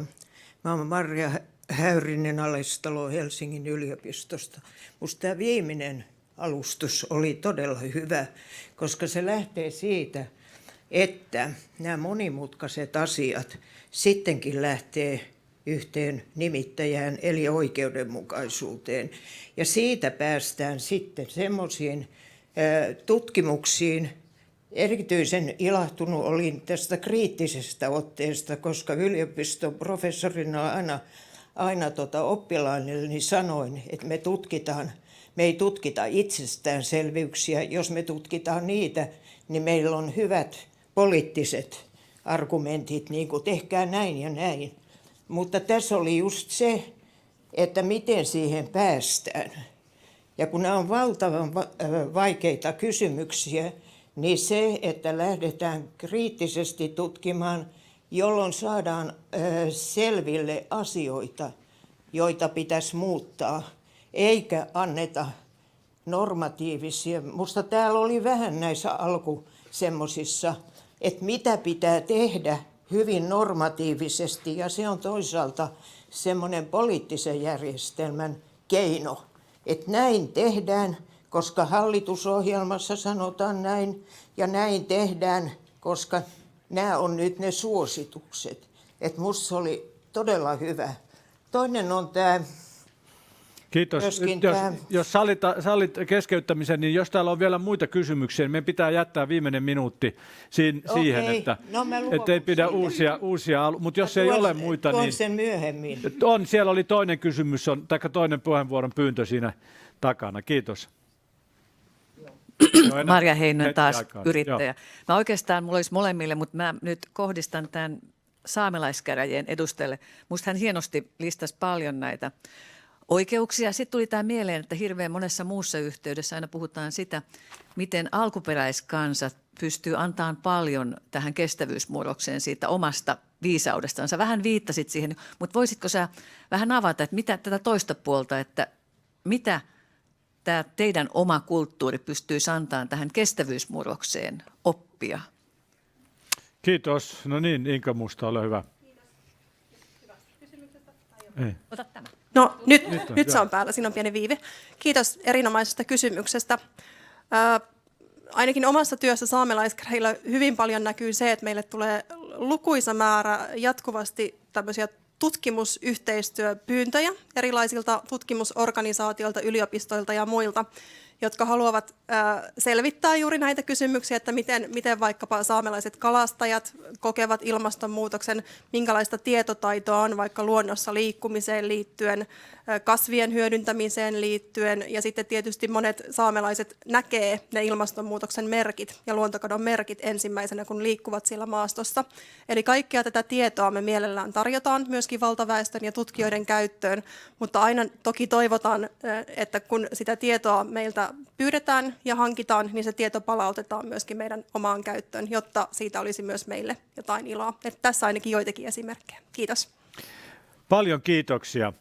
Ja nyt meillä on sitten ilo siirtyä näihin keskusteluosioihin. Ensimmäistä tulee vetämään erityisasiantuntija Kristiina Niikkonen valtioneuvoston kansliasta. Ja siinä on keskustelijoina maa- ja metsätalousministeriöstä ympäristöneuvos Johanna Niemivuo-Lahti. Tulkaa vaan tänne lavalle, koska aikaa on vähän ja pitää olla nyt koko ajan nopeana liikkeellä. Ja sitten sosiaali- ja terveysministeriöstä ylilääkäri Anneli Törrönen, valtiovarainministeriöstä erityisasiantuntija Sami Hautakangas ja ympäristöministeriöstä erityisasiantuntija Joona Lehtomäki. Siirrän puheenvuoron Kristiinalle, ole hyvä. Kiitoksia Suomen luontopaneeli, ympäristökeskus ja ympäristöministeriö erinomaisesta tilaisuudesta ja ennen kaikkea kiitos IPPES-paneelin näistä mahtavista raporteista, jotka aika lailla nyt haastaa hallintoa ja syöttää meidän lapaan. Ja myöskin niin, että valtioneuvoston kanslian rooli on tässä uudessa Biodiversity Life-hankkeessa luontopolitiikan johdonmukaisuuden edistäminen, niin tämä on just oikea-aikainen materiaali ja tilaisuus siihen. Meillä on 7 vuotta aikaa viedä tätä asiaa eteenpäin hallinnossa. Mutta lähdetään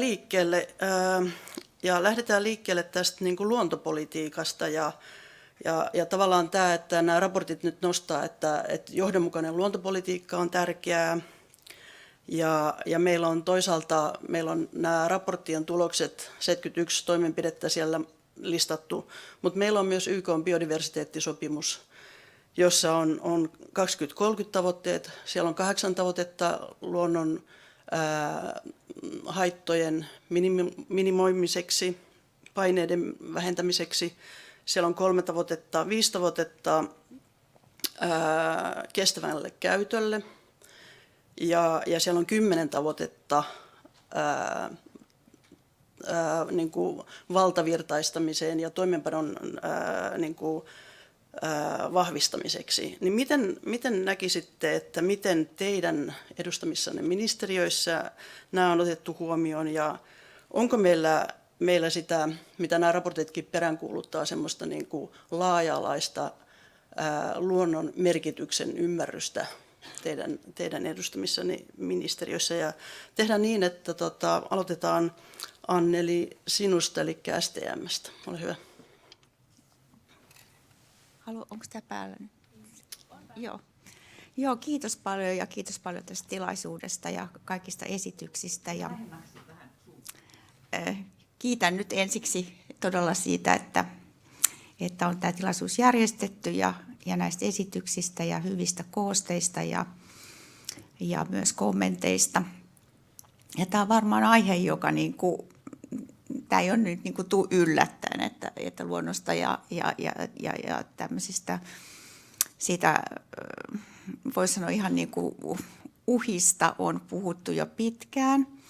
Ja koska itse edustan alaa, joka liittyy terveyteen ja olen myös sosiaali- ja terveysministeriö, niin myös tähän ihmisten hyvinvointiin, niin se aina kytkeytyy siihen kyllä jollain tavalla, voisin sanoa. Ja jos nyt ajattelee meidän ministeriötä sinänsä, niin meillähän on tämmöisiä kuin hyvinvointitalous ja tällaisia kattavia teemoja, mutta varsinaisesti semmoista poliittista, mitä mä sanoisin, kannanottoa ei ehkä olla tultu siltä rintamalta, mutta haluaisin tässä nostaa semmoisen erittäin tärkeä tuolla maailmallakin huomatun, että en sano sitä, ettemme olisi siiloutuneita, mutta emme ole niin siiloutuneita kuin monissa muussa maassa. että me ollaan virkamiestasolla nimittäin tehty aika paljon yhteistyötä just maa- ja metsätalousministeriö, ympäristöministeriö ja esimerkiksi STM. Ja juuri ollessa kumminkin kokouksessa ja Montrealissa biodiversiteettisopimusta käsitellessä pystymme niin kuin yhdessä miettimään ja Suomen kantoja, joissa esimerkiksi sieltä tuli tämmöinenkin paperi kuin Biodiversity and Health. Eli siinä mielessä sanoisin, että se on ihan semmoinen, mistä voi olla ylpeä ja siinä on vielä paljon työstettävää tietysti.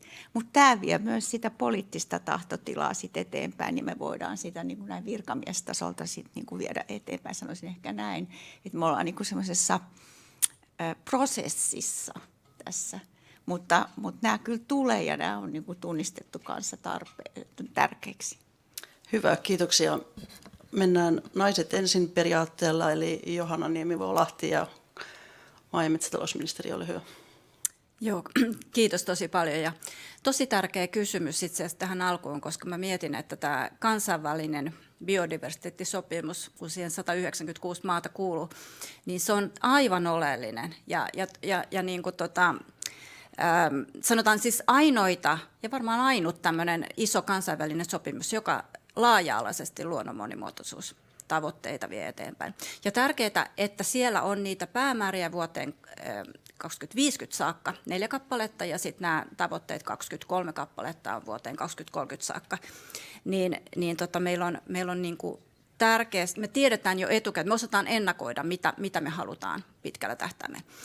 Ja kysyit sitä, että miten meillä ministeriöissä näihin tavoitteisiin on nyt tartuttu tai miten meillä niitä käsitellään, niin itse asiassa tosi moni tavoite kuuluu maa- ja metsätalousministeriön työpöydälle, koska siellä on tavoitteita, jotka liittyy nimenomaan, tai tavoite 2 jo, joka liittyy ennallistamiseen. Meillä on tosi moni mun kollega nyt tekee pitkää työpäivää ennallistamissuunnitelman, siis Suomen kansallisen ennallistamissuunnitelman eteen.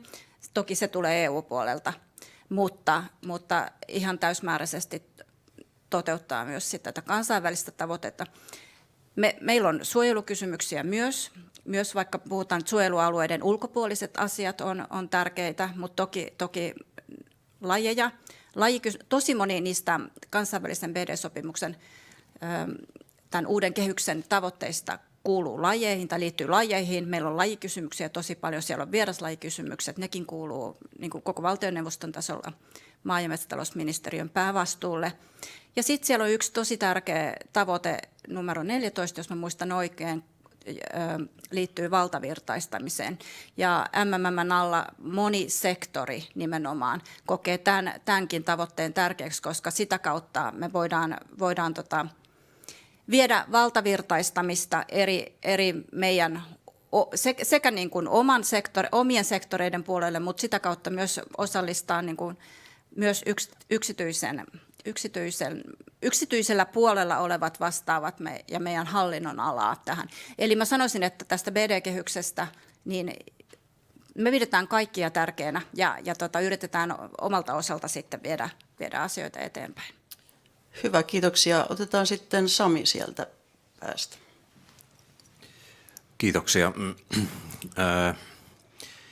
No, meillähän ei niin kuin, kuten esimerkiksi YM:lle ja MMM:lle kuuluu, heidän vastuulleen kuuluu tietenkin paljon näitä sopimuksia, mutta jos mä otan tämmöisen byrokraattisen näkökulman, että miten meillä niin kuin yleisesti toimii asiat siellä niin kuin virkamiestasolla, niin esimerkiksi tämmöiset ennallistamissopimukset ja muut, niin meillähän oikeastaan budjettiosastolla hoidetaan yleisesti ottaen niin kuin tämmöisten toimeenpanojen suunnittelu. Ja sitten se, mihin meillä yleensä voidaan sen budjetin kautta, meillä voidaan tietysti vaikuttaa asioihin. Meillä on vero-osasto, jonka kautta voidaan verotuksella vaikuttaa tällaisiin asioihin.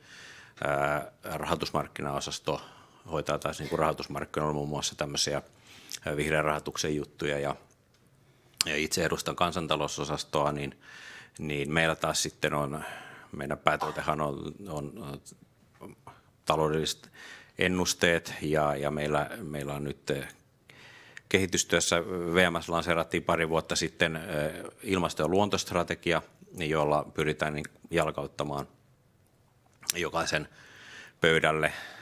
Oikeastaan, että se päivittäiseen työhön saadaan näitä asioita mukaan kaikille. Ja meidän tosiaan ruutu sitten siellä kansantalousosastolla on, joka on nyt ilmasto- ja luontostrategian mukaan yksi painopisteistä tänä vuonna, niin kehitetään tämmöistä luonnon ja kokonaistaloudellisten kytkösten niin kuin analyysiä ja saataisiin sitä muun muassa mukaan sitten näihin talousennusteisiin jossain vaiheessa. Ja sitten meillä on eri osastoilla on sitten enemmän näiden kanssa työskenteleviä henkilöitä, aina 1 ehkä 4-5 riippuen osastosta, jollakin ne on vähän niin kuin otohommia ja itse esimerkiksi olen ihan täyspäiväisesti ilmasto- ja luontoasioiden kanssa tekemisissä. Niin meillä on sitten tämmöinen ilmasto- ja luontoasioiden koordinaatioryhmä siellä sisäisesti ja kokoonnumme kerran kuussa ajankohtaisista asioista keskustelemaan. Tiedetään vähän, mitä muualla tehdään ja tietysti ollaan yhteydessä aina tarpeen mukaan muutenkin.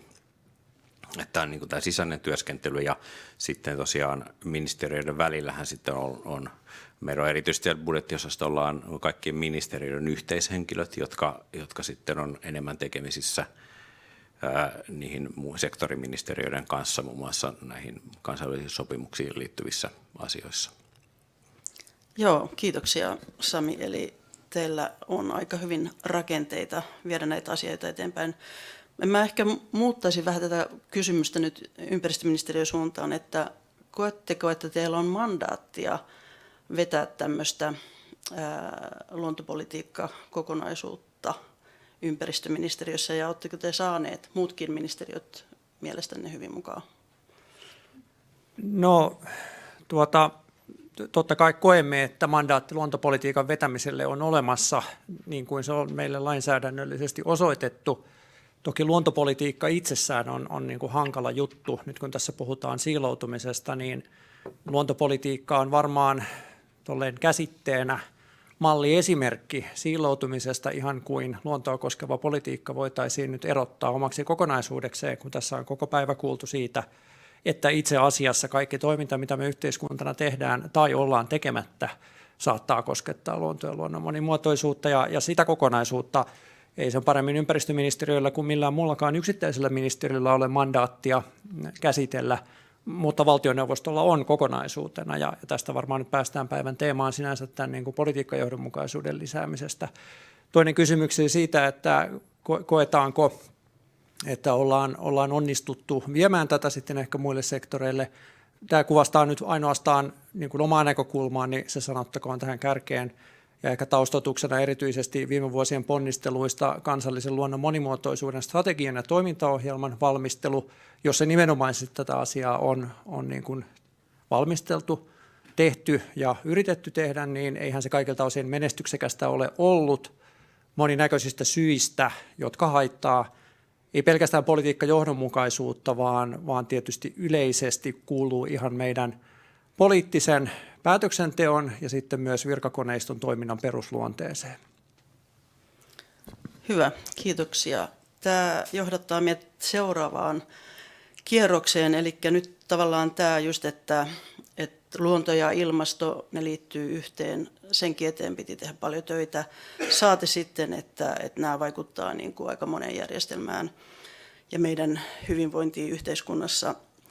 Niin miten te koette, että puhutaanko luonnosta yhtä paljon kuin ilmastosta ja tarkastellaanko niitä yhdessä?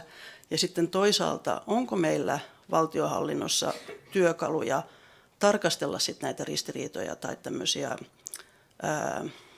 epäjohdonmukaisuuksia? Onko meillä työkaluja vastata näihin haasteisiin? Aloitetaan Anneli susta. Ole hyvä. Joo, kiitos. Tietysti tämä on haastava kysymys ja aina kun puhutaan työkaluista miettii, että mitä niin kuin tarkoitetaan sillä. Mutta ensinnäkin tuosta luontokysymyksestä, niin jos ajattelee niin kuin sanana biodiversiteetti, eli tämä ja luonnon köyhtyminen ja tämä ilmastonmuutos, niin nämä kytkeytyy yhteen ja varmaan, niin kuin tässä Nexus-raportissakin todettiin, niin vaatii sellaista niin kuin kytkemistä, jolloin siinä tulee vahvempi sanomakin, kun ei vedetä niin kuin ehkä teemoja liikaa niin kuin siiloina niitäkin. Että se olisi niin kuin hyvä huomata siinäkin ehkä semmoinen niin kuin suunnanmuutos. Ja sitten mä haluaisin tuoda tämän kansainvälisyyden, että mehän ei toimita niin kuin yksin. Niin tässä on tämä biodiversiteettisopimus, mutta sitten esimerkiksi terveyssektorilla niin hyvin voimakas vaikuttaja ainakin tähän mennessä on ollut WHO. Tosin kaikki tietää uutisissa, meillä tämä kriisiaikaa ja voi tapahtua nopeasti kaikenlaisia muutoksia, jotka on niin kuin riippumatta meistä. Ja Suomen pitää niin kuin varautua niihinkin, huomioiden myös nämä asiat, koska ne ei myös ole niin kuin pois tämmöisestä kriisiajankin niin kuin ajattelutavasta. Mä ehkä ajattelisin myös näin, ja ne voi jopa aiheuttaa kriisiä, jos ei. Meillä on hyvä pandemia-esimerkki tai joku muu, niin kuin tavallaan, ja tästä on puhuttu tästä One Healthista. Eli kyllä mä näen niin kuin tämän yhteistoiminnan esimerkiksi tässä One Healthissa yhtenä työkaluna esimerkiksi tällaisten terveysuhkien ja kriisienkin niin kuin prevention ja ennaltaehkäisemisessä ja myös tiedostamiseksi, kuinka paljon niin kuin tässä vaikuttaa meidän tämmöiset luontotoiminnatkin. Ehkä mä lopetan tähän, mutta... Joo, kiitoksia. Joona. Joo, kyllä meillä mun mielestä työkaluja on, ei se siitä ole kiinni. Siis jos tarkastellaan nyt vaikka luontoasioiden ja ilmastoasioiden ikään kuin synergioita tai niin kuin jonkinlaisia ristiinvetoja, niin varmasti tähän niin kuin työkaluja löytyy. Luontoasiat nyt ehkä edelleenkään ei näy niin vahvasti poliittisella agendalla tai muutenkaan yhteiskunnassa laajemmin kuin ilmastonmuutos, mutta kuten kaikki tietää, niin toki tässä on tapahtunut tosi paljon muutoksia, mikä on hieno asia, ja enemmän tunnistetaan ei pelkästään näiden kahden asian, vaan esimerkiksi meillä ympäristöministeriön omassa strategiassa on tämä niin sanottu kolmoiskriisi, eli saastuminen, ilmastonmuutos ja luontokato, joiden kaikkien ratkaisemista katsotaan yhdessä. Nyt kun puhutaan kestävyysmurroksesta täällä tänään, niin toki siihen liittyy paljon muitakin näkökulmia vielä mainitun 3 päälle, esimerkiksi ihmisen terveys tai toimeentulo ja niin päin pois. Työkaluja kyllä on, siitä mä olen itse täysin vakuuttunut. Se, että pystytäänkö, halutaanko ja osataanko niitä käyttää, niin jälleen liittyy tähän politiikkajohdonmukaisuuteen. Tässä meillä varmasti on parannettavaa sekä hallinnon sisällä että yhteiskunnassa sitten muillakin sektoreilla huomattavan paljon. Kiitos. Johanna. Mä oon ihan samaa mieltä, että luonto on nyt tullut enemmän näkyviin koko yhteiskunnassa ja uutisoinnissa kuin aikaisemmin. Ennen puhuttiin tosi paljon ilmastosta ja sitä niin kuin eri näkökulmista tuotiin esille. Ehkä juuri senkin takia, että siellä oli ihan niin kuin pystyttiin konkretisoimaan, mitä se tarkoittaa. Nyt mun mielestä pystytään myös luonnon ja BD-asioiden osalta konkretisoimaan tosi hyvin, mitä sillä tarkoitetaan. Ja mun mielestä se on tullut lähemmäs ihan tavallista ihmistä nyt. Näiden kahden asian kytkeminen toisiin on niin kuin tässä on kollegatkin sanonut, niin on tosi tärkeää, koska kyllä me tarvitaan jotain tämmöisiä, puhutaan niin ihan tälleen win-win-systeemejä, joilla pystytään ratkaisemaan tai helpottamaan kumpaakin. Mutta on toki niin, että jos jollain toimenpiteellä edistetään ilmaston puolella jotain hillintää niin, että sillä saattaa olla haittavaikutuksia taas luontopuolelle, nimenomaan näihin asioihin me tarvitaan sit lisää ja uusia työkaluja. Ja mun mielestä me tarvitaan ehkä vielä enemmän lisää yhteistä keskustelua nyt, eli luonto- ja ilmastoihmiset yhdessä ja asiantuntemusta, miten nämä kaksi saatettaisiin, tai miten vielä parempia ratkaisuja löydettäisiin, kun kaksi tämmöistä isoa konkreettista haastetta tuodaan yhteen ja asiantuntijat kummankin asian puolelta. Mutta mun mielestä lisää avointa keskustelua ja pohdintaa ja innovointia tästä. Hyvä. Ja ehkä Samille tarkentava kysymys, että sanoit, että on kansantaloustaso, niin kuin makrotaloustaso, sitten on tämä julkinen hallinto ja rahoitus, niin kuin 3 eri kokonaisuutta. Ollaanko me tunnistettu niin kuin ilmastonmuutoksesta, luontokadosta tulevat riskit meidän yhteiskunnassa ja millaista tietoa me tarvittaisiin, että ne voitaisiin ottaa paremmin huomioon? Joo,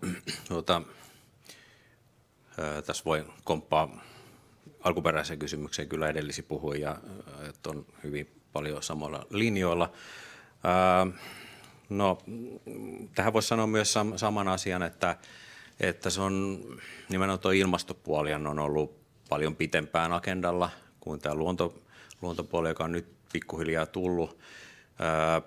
Yksi syy, jos ajattelee niin kuin taloutta, talousanalyysiä, esimerkiksi minkälaisia kytköksiä, niin ilmastopuolella se on selvästi yksinkertaisempaa, että meillä on niin kuin aika selkeät mittarit siihen ja millä tavalla voidaan analysoida päästöjen vähentämistä. Ne on kuitenkin suurin piirtein, vaikkakin nyt yhteismitallistettu kasvihuonekaasuekvivalentin kanssa nyt on varmasti jotain ristivetoa, että onko ne vaikutukset yhteismitallisia näin, mutta joka tapauksessa siellä voidaan käyttää tämmöistä yhtä mittaria ja eri puolilla maailmaa, missä tahansa päästetään, niin se vaikuttaa aika lailla samalla lailla globaalisti siihen ilmastonmuutokseen. Ja siihen on kohtuullisen helppo, että tämmöinen climate change economics on jo vuosikymmeniä vanha oikeastaan tieteen ala.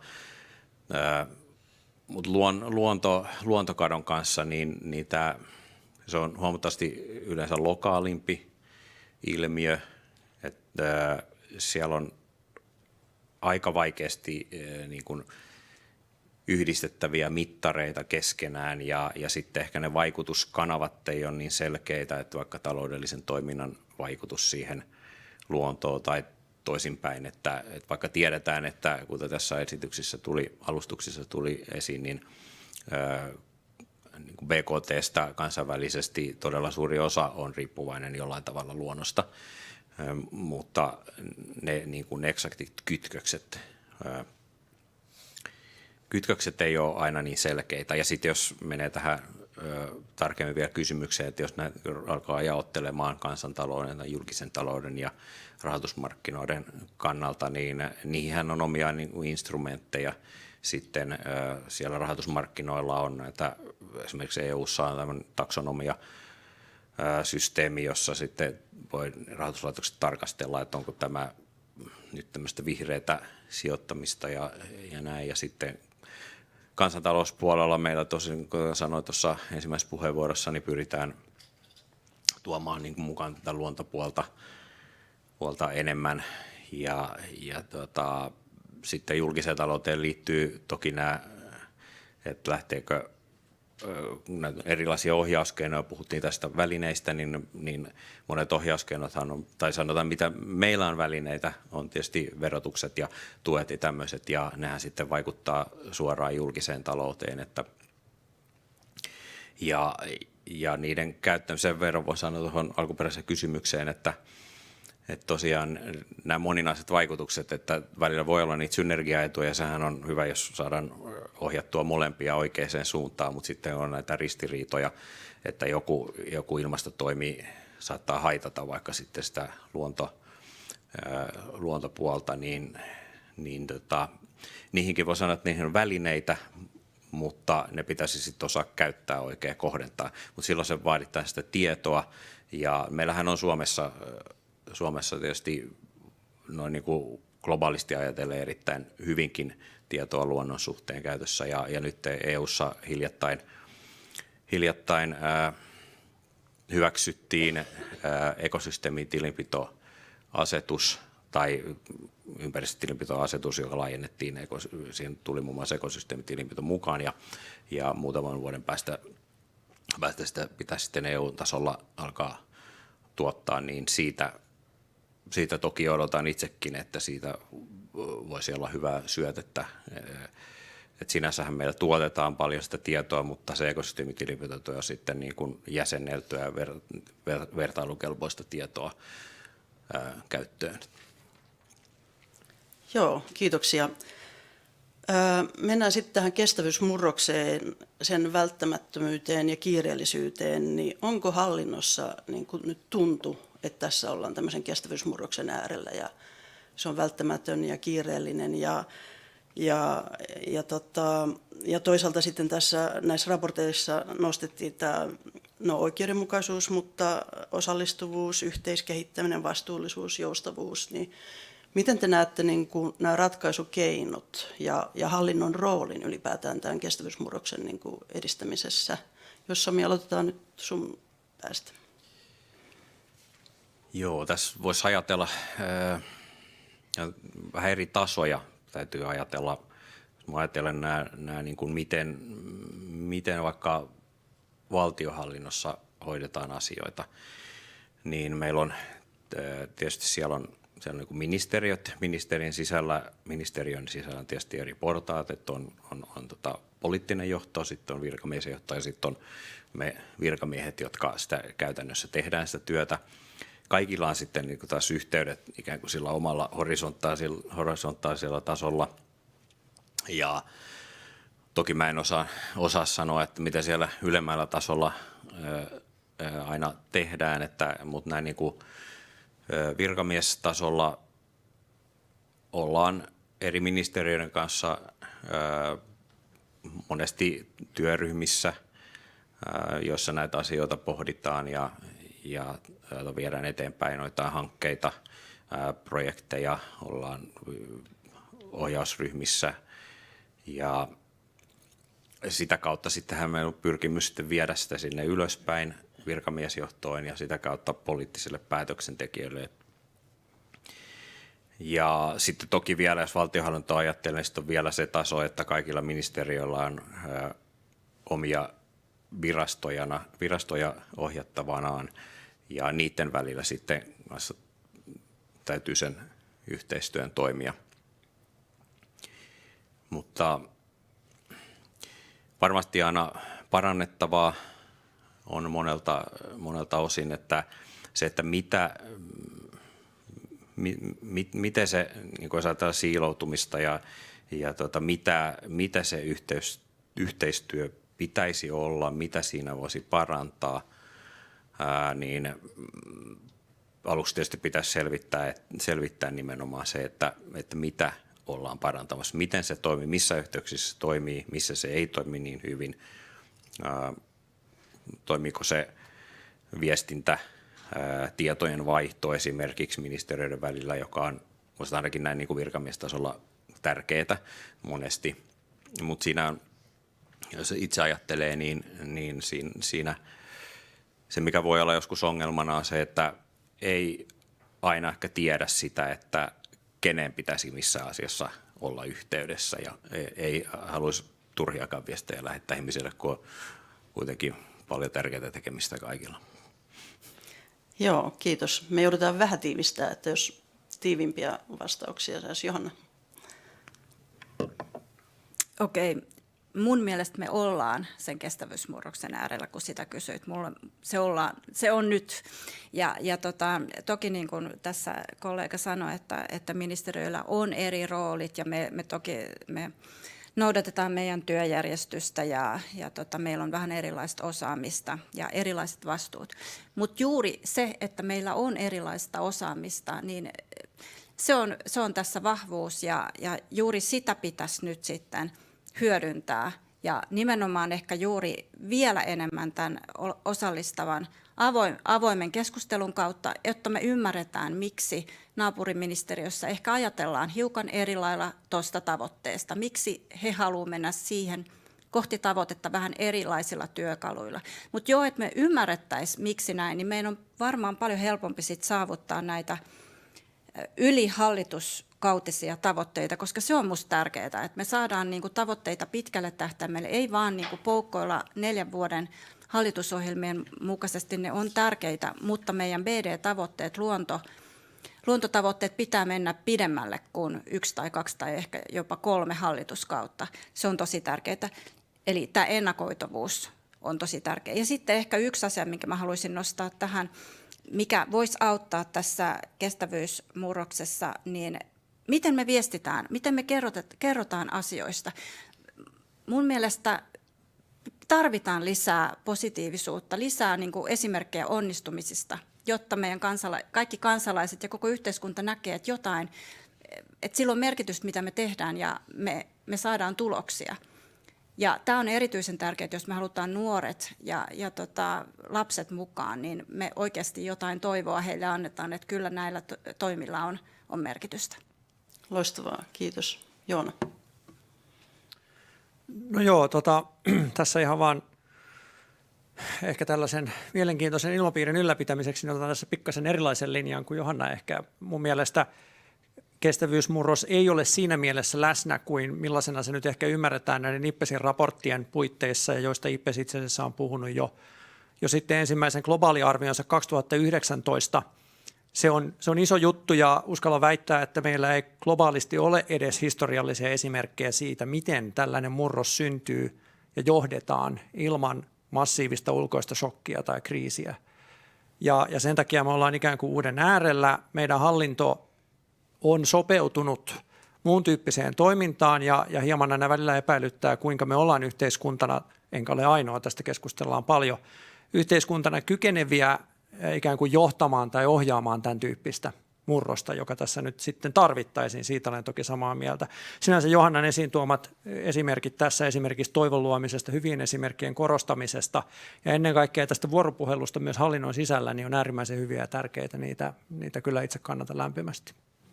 Hyvä, kiitoksia. Entäs Anneli? Joo, kiitos ja yhdyn tässä niin kuin kollegoihin, että tämä yhteistyö on tosi tärkeää ja kuten jo mainitsin ja haluan nyt vetää vähän ulos Suomesta taas, että kansainvälisesti meitä on ihan kiitetty siitä, että me jotenkin tullaan niin kuin kokouksiinkin niin kuin useammasta ministeriöstä tai hallinnon alalta.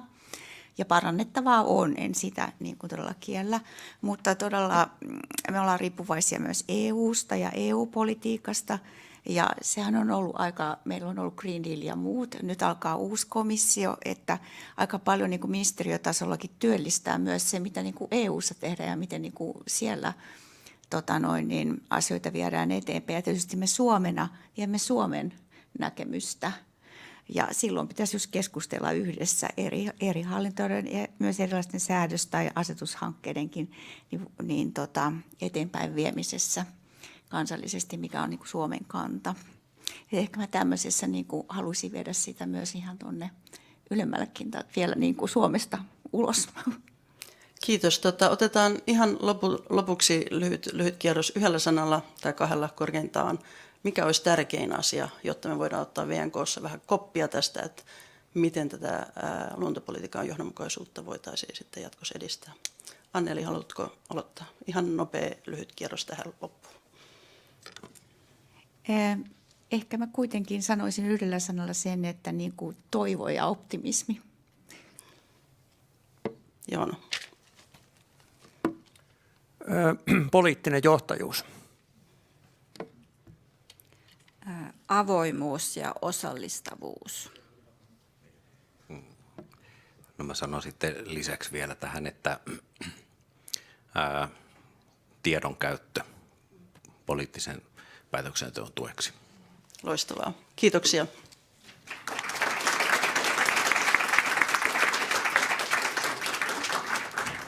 Kiitos paljon hallinnon edustajille tästä keskustelusta. Nyt meillä on vielä sitten se niin kuin tämä on ikään kuin tekemättä vaille valmista kestävyysmurros, eli poliittiset päättäjät seuraavaksi lauteille. Me ollaan kutsuttu tänne yksi edustaja suurimmasta hallituspuolueesta ja yksi suurimmasta oppositiopuolueesta. Olkaa hyvä vaan edustajat Pauli Aalto-Setälä ja Matias Mäkynen. Teillä on pitkä ansiolista ja erilaisia tehtäviä, mutta Pauli, olet muun muassa ympäristövaliokunnan jäsen ja Matias taas esimerkiksi talousvaliokunnassa, että siinä on jo sitten aika hyviä kombinaatioita sille, että jotain voisi asioille tehdä. Keskustelua johtaa IPBESin hallituksen jäsen ja Syken tutkimusjohtaja Eeva Brimmer, ole hyvä. Joo, kiitos ja tervehdys kaikille. Mä en tosiaan esittäytynyt tuossa, kun kävin yhden kommentin heittämässä aikaisemmin. Tosi hienoa olla täällä esimerkillisessä Suomessa, missä me kohdataan kaikki yhdessä ja ollaan käsittelemässä tätä asiaa yhdessä. Vähän niin kuin Anneli tuossa korosti, että me tehdään tosi hienosti yhteistyötä. Meidän kansanedustajat, jotka tulee tänne meidän kanssa juttelemaan myös, on tullut tässä kesken tämän tilaisuuden ja sen takia koska he on rientäneet tosi tärkeistä tilaisuuksista, niin mä vähän tässä niin kuin rakennan siltaa siihen. Me kuultiin siis äsken tuossa noista IPBESin hienoista raporteista. Kytkösraportti, joka käsittelee luonnon, veden, ruoantuotannon ja terveyden välisiä yhteyksiä ja ilmastonmuutoksen yhteyttä näihin. Ja sitten kestävyysmurrosraportti, joka käsittelee taas kokonaisvaltaista yhteiskunnan uudelleenjärjestäytymistä niin, että luonto voi hyvin. Ja näistä sitten kuultiin vielä Suomen luontopaneelilta, joka on tehnyt näistä tällaisen hyvän suomennosyhteenvedon, niin suosituksia siitä, että miten meidän pitäisi lähteä Suomessa liikkeelle. Ja nyt kuulitte tässä viimeisessä keskustelussa, kun pääsitte sen kuulemaan, että tarvitaan nyt sitä poliittista johtajuutta ja monta muutakin hyvää asiaa, niin lähden teiltä kysymään. Luontopaneeli ehdottaa, että meillä olisi tällainen pitkän tähtäimen ylihallituskautinen ohjelma tai suunnitelma, ainakin visio, joka me jaettaisiin ja joka parlamentaarisena pitkäaikaisena ohjaisi kaikkea meidän toimintaa. Ja ensimmäiseksi kysynkin teiltä, että miten tällainen visio voitaisiin saada aikaiseksi ja vedän niin kuin tuohon noin, mistä Joona Lehtomäki äsken puhui, hän ympäristöministeriöstä kuvasta nykyisen biodiversiteettistrategian valmistelun haasteita, joita se on kohdannut, ja sehän on tavallaan sellainen ylihallituskautinen ohjelma, niin jos te haluatte myös siihen ottaa kantaa, että miten me rakennetaan tästä, mitä meillä nyt on. Ja annan ensimmäisenä Pauli Aalto-Setälälle, kun sä voit kertoa vähän siitä hallitusnäkökulmasta tai teidän hallituspuolueen näkökulmasta, ja ole hyvä. Kiitos ja kiitos kutsusta. Jos on ministeriöt ja virastot siiloutuneita, niin me ollaan sitä niin kuin lähtökohtaisesti. Siis meitä on pantu eri puolueisiin ja meillä on eri roolit siellä, jolloin se yhteistyö on sitten sikäli haastavampaa. Mutta minusta se ajatus siitä, että me löydettäisiin joku yhteinen yli hallituskausien menevä tavoite, niin on kyllä hyvä näissä luontopolitiikan asioissa. Mä olen ympäristövaliokunnassa hallituspuolueiden valiokunta vastaava, niin mä neuvottelen myös sitten muiden hallituspuolueiden kanssa näistä. Ja onhan niissä sellainen näin tämmöisen parin vuoden poliittisen kokemuksen perusteella haaste, että se mitä saadaan hallitusohjelmaan neuvoteltua, jotka on kompromisseja ja niiden ajaminen, niin jää helposti sitten niiden isompien uutisten alle. Ja nyt esimerkiksi tämä Venäjän hyökkäys niin vie aika paljon ilmatilaa meiltä poliitikoilta, medialta, kansalaisilta. Ja sitten taas luonto- ja ilmastokysymyksissä ilmastokriisi on niin järkyttävää ja selkeästi ihmisten terveyttä ja turvallisuutta elämää uhkaava, että luontopolitiikka jää vähemmälle. Et siinä mä sanoisin itse kriittisesti, että me ei olla siinä keskustelussakaan oikein onnistuttu. Tuossa oli minusta hyvä tämä ajatus siitä, että voisiko niitä niin myönteisiä esimerkkejä, malliesimerkkejä kertoa enemmän ja niistä puhua.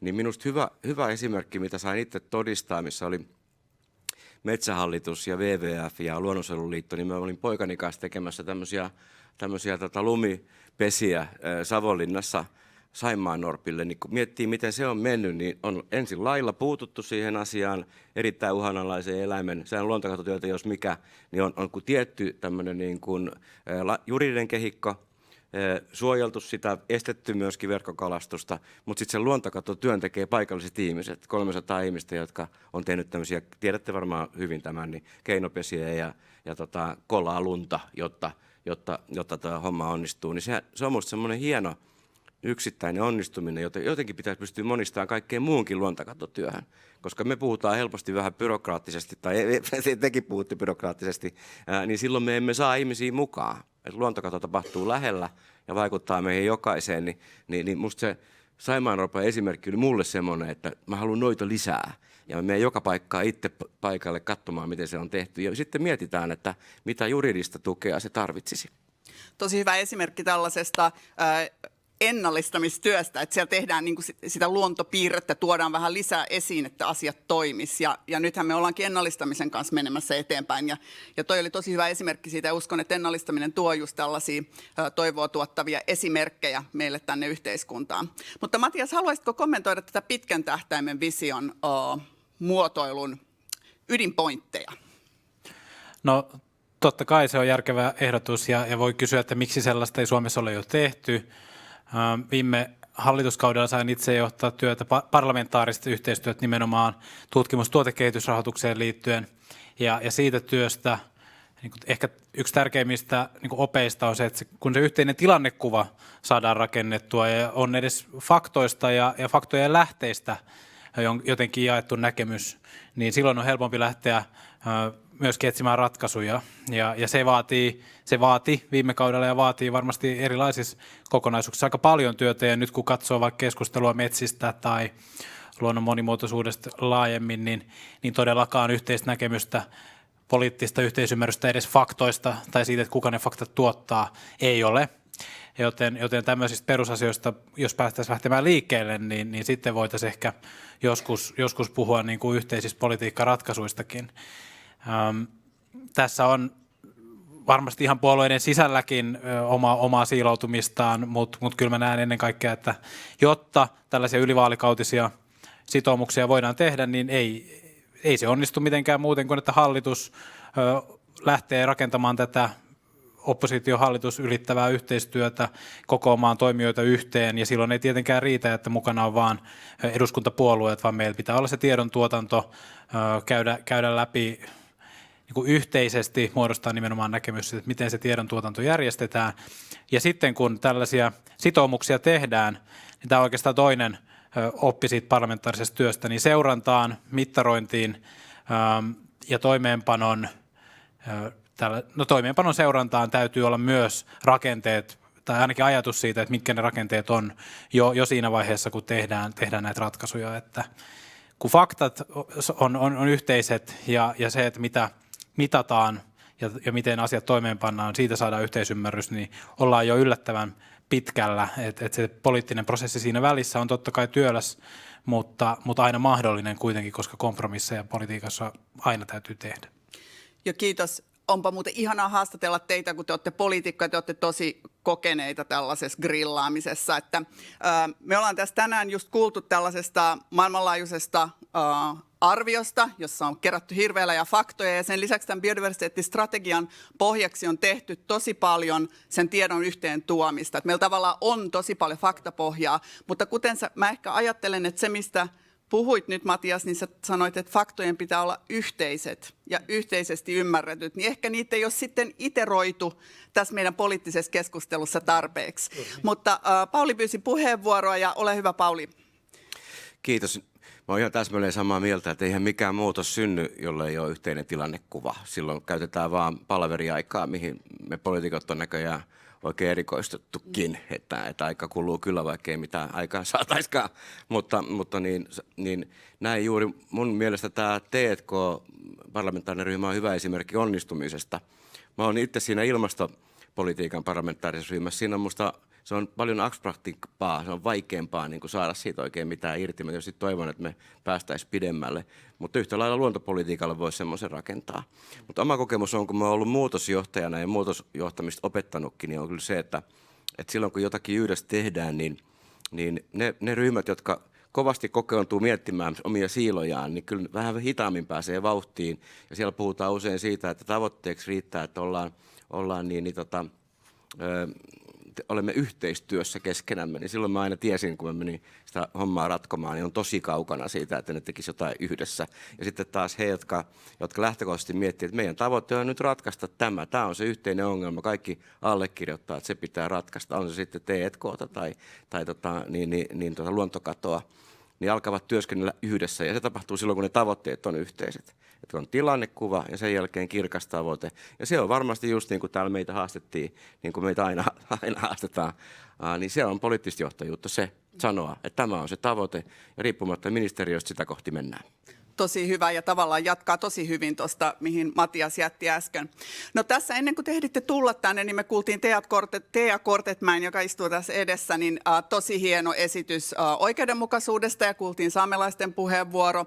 Ja nyt mä seuraavaksi kysynkin teiltä siitä, että miten me voitaisiin itse asiassa tällaisen yhteisen ymmärryksen ja niin kuin yhteisten pointtien jakamiseksi käsitellä niitä hyötyjä, joita me luonnosta saadaan, ja niitä haittoja, joita luonnon heikkeneminen aiheuttaa, ja miten nämä jakautuu ja kuka niitä aiheuttaa, ja erityisesti nyt lähdetään liikkeelle siitä, että miten ne jakautuu. Sehän on sitä teidän leipätyötä. Miten me voitaisiin näitä jollain uudella tavalla käsitellä niin, että me päästäisiin vähän eteenpäin tässä hommassa? Ja Matias voi... No, mä voin. Nyt jompikumpi vastaamaan ensin. Niin joo, hän on kokeneempi, niin hän odottaa, että mä otan ensin tämmöisen hankalan kysymyksen. Enpä tiedä, mutta sanoisin, että materiaalia kyllä on. Että esimerkiksi ympäristövaliokunnassa ja talousvaliokunnassa, missä kanssa on, niin näissä kysymyksissä läsnä aina, niin kyllähän meillä materiaalia on valtavasti. Siis se määrä, mitä meille tietoa tuotetaan poliitikoille, on ihan massiivinen. Mutta kyllä mä kaipaan joko ChatGPT:tä tai sitten niin kuin viestinnän osaamista lisää niin, että pystyisi kiteyttämään vielä kirkkaammin ja selkeämmin, mitkä on ne keskeisimmät toimenpiteet, mitä pitää milloinkin tehdä.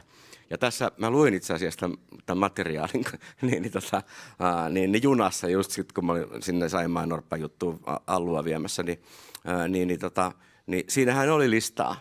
Ja sen tyyppinen, niin se sopii meille vai mitä, että me tykätään siitä, että jos on valtava määrä dataa ja me ei voida tutkijoiksi muuttua eikä olla asiantuntijoita juuri missään, niin mä oon ehkä vähän Itämeressä, mutta ei mennä siihen, niin meitä helpottaa se, että tutkijat toteaa, että tämä on se lista, tämä on vielä ehkä parhaimmassa mahdollisessa niin kuin tilanteessa, niin tämä on vielä jonkinlainen niin kuin prioriteettilista. Ja sitten aletaan poliittinen keskustelu pohtimaan siitä, että miten tämä sosiaalinen ja taloudellinen ulottuvuus tämän ympäristöargumentin kanssa toimii. Joo, haluatko sä vielä ottaa siihen kantaa, kun sä sanoit, että sitten on siinä poliittinen ja taloudellinen ja näin, mutta siihen, että keneen se osuu se isku siitä poliittisesta ja taloudellisesta. Että voidaan me täällä alkaa puhua niin, että maanomistajilla on tällainen tilanne. Täällä oli yksi puheenvuoro, jossa otettiin ruoantuotantoon arvoketju.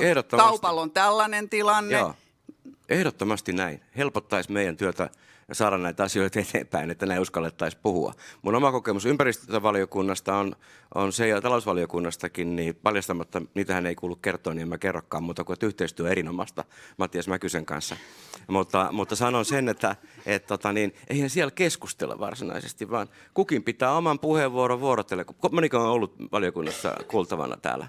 Niin kukin pitää oman puheenvuoronsa, sitten tulee seuraava, joka sanoo jotain aivan päinvastaista, ja kukaan ei kommentoi sitä, että hetkinen, mä oon täysin eri mieltä, mitä äsken sanottiin. Ja sitten kukin meistä valitsee, ketä uskoo. Niin, sitten valitaan, ketä uskotaan. Se ei ole musta niin kuin hyvä tapa toimia. Se ei ole tietopohjainen tai tiedepohjainen tapa toimia.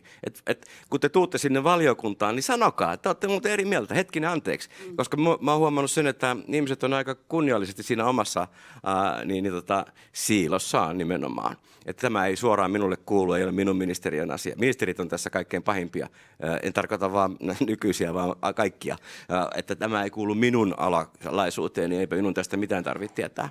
Että rohkeasti sanotte, mitä ajattelette. Annetaanpas Matiakselle vielä tästä oikeudenmukaisuudesta, kun mulla on hyvä seuraava kysymys täällä polttelee.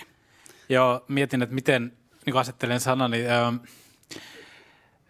näistä esimerkiksi kustannuksista, niin meillähän eduskunnassa ollaan lähinnä kiinnostuneet siitä, että mikä on vaikutus ensi vuoden valtion budjettiin. Kaikki muu sitten siitä eteenpäin, oli sitten kyse kansantaloudesta tai pidemmästä aikavälistä, niin on aika triviaalia, eikä siitä usein niin kuin laskelmia meille pyydetä, saati esitetä, saati sitten tämmöisiä kytkentöjä eri sektoreiden, eri päätösten välillä pystyttäisiin esittämään tai tietenkään laskemaankaan. Se on myös niin kuin aika paljon vaadittu, että näiden kytkentöjen välisiä yhteyksiä vielä niin kuin numeroiksi muutettaisiin ja sitten kerrottaisiin meille, että kun tämän päätöksen teette, niin 10 vuoden päästä valtiontalous näyttää täältä tai kansantalouden tuotanto täältä. Mutta minun mielestä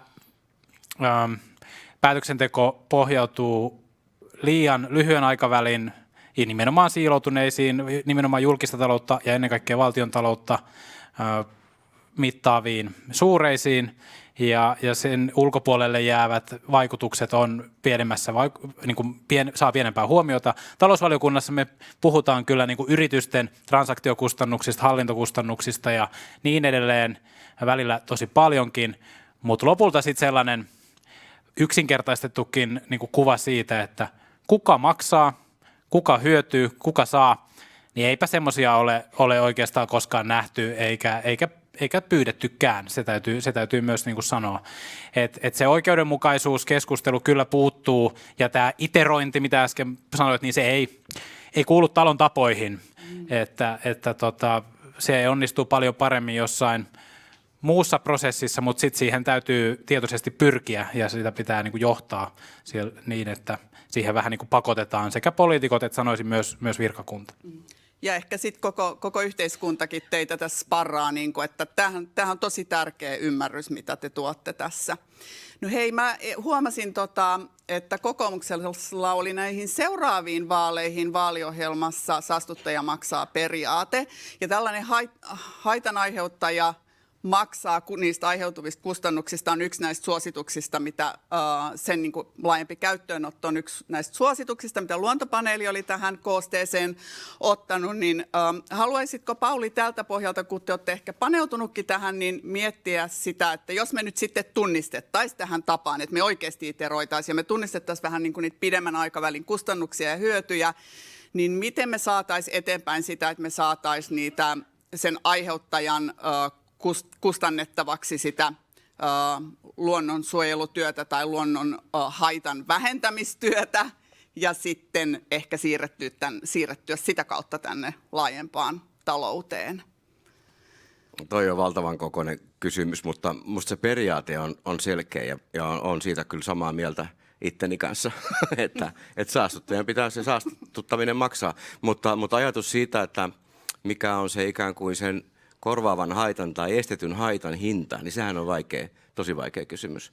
Että jos mä muistan oikein, niin tuossa teillä on ollut tänään, olette käsitellyt sitä niin kuin luonnon ja maailman BKT:n yhteyttä, niin oliko peräti yli puolet BKT:stä jotenkin luontoon liittyen? Se on niin massiivinen euromäärä, että kunkin meistä, jotka sitä valtiontaloutta vahtii vuorollaan, niin pitäisi olla äärimmäisen huolestuneet siitä niin kuin monesta eri näkökulmasta. Niin kyllä sille eri tapoja löytyy. Se, mitä tähän mennessä on löytynyt, on verotus. Ja sehän on yksi sellainen. Meillä on vähän eri kanta verottamiseen, että me ei tykätä verottamisesta. Ei tässä asiassa välttämättä. Tässä hyvä.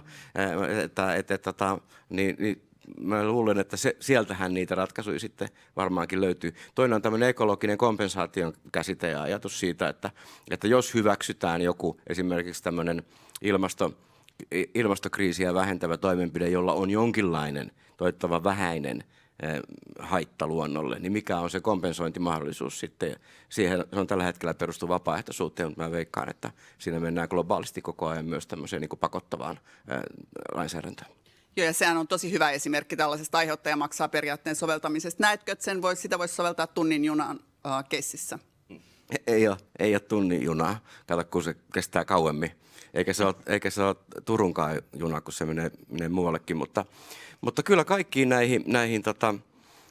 näihin isoihin infrahankkeisiin, niin ilman muuta niillä on luontovaikutus. Mitään ei voi rakentaa, ettei sillä ole joku vaikutus. Mitään ruokaa ei voi tuottaa, ettei sillä ole vaikutus. Se pitää vaan niin kuin rehdisti pystyä sanomaan. Ja mieluummin vielä, niin kuin tässä kuultiin äskeisessä paneelissa, niin jonkinlaisella ekologisella taseella mittaamaan.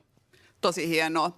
Haluatko, Matias, kun sä sanoit näin, että ehkä tässä asiassa te voisitte mennä eteenpäin vaikka sen verotuksen kautta, mutta kuvata sitä, että miten sitä aiheuttaja maksaa voisi sisällyttää? Niin, ensin sellainen kyyninen kommentti, että eduskunnassa kaikki kannattaa aiheuttaja maksaa -periaatetta, kunhan se ei nosta ruoan hintaa, ei puun hintaa, eikä aiheuta teollisuudelle lisäkustannuksia.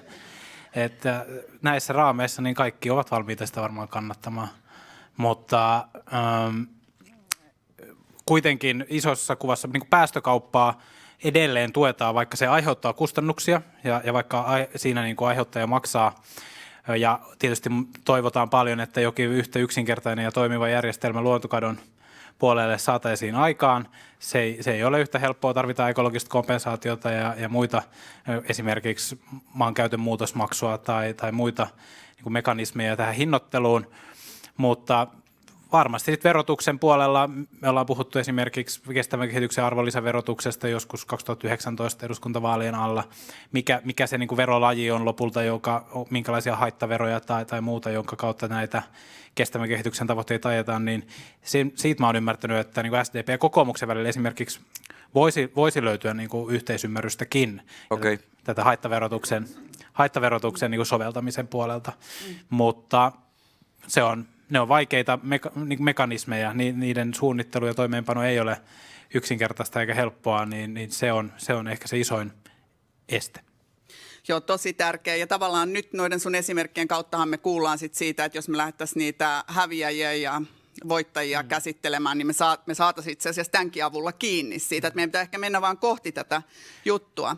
Mä palaan tuohon, mistä te lähditte liikkeelle. Meillä on enää tässä ihan minuuttia 2 jäljellä, niin lyhyet vastaukset. Niin te lähditte liikkeelle siitä, että luontoasiat, luontokato jää vähän niin kuin ehkä muiden yhteiskunnan akuutimpien kriisien jalkoihin.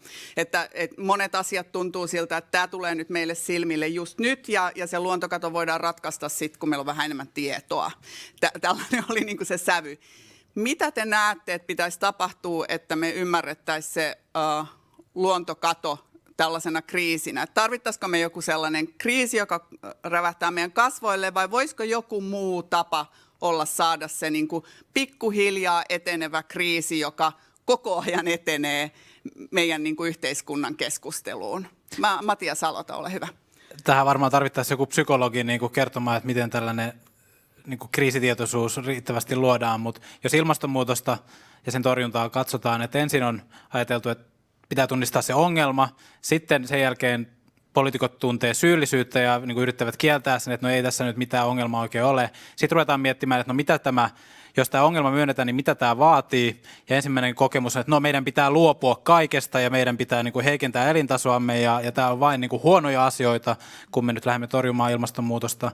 Ja sitten vasta aika kauan pitää käydä sitä keskustelua, jotta ymmärretään, että tässä on jotain mahdollisuuksia, on jotain toivoa, on jotain, niin kuin mihin oikeasti kannattaa pyrkiä myös muista syistä kuin pelkästään se ilmastonmuutoksen torjumisen takia. Niin se on ollut aika pitkä prosessi ja mä toivon, että me luontokadon kohdalla tietysti pystyttäisiin mahdollisimman nopeasti ja konkreettisesti osoittamaan, että miten tämä vaikuttaa siinä lähellä paikallisyhteisössä ja sen ihmiset varmaan paremmin jopa hahmottaa kuin ilmastonmuutoksen kohdalla.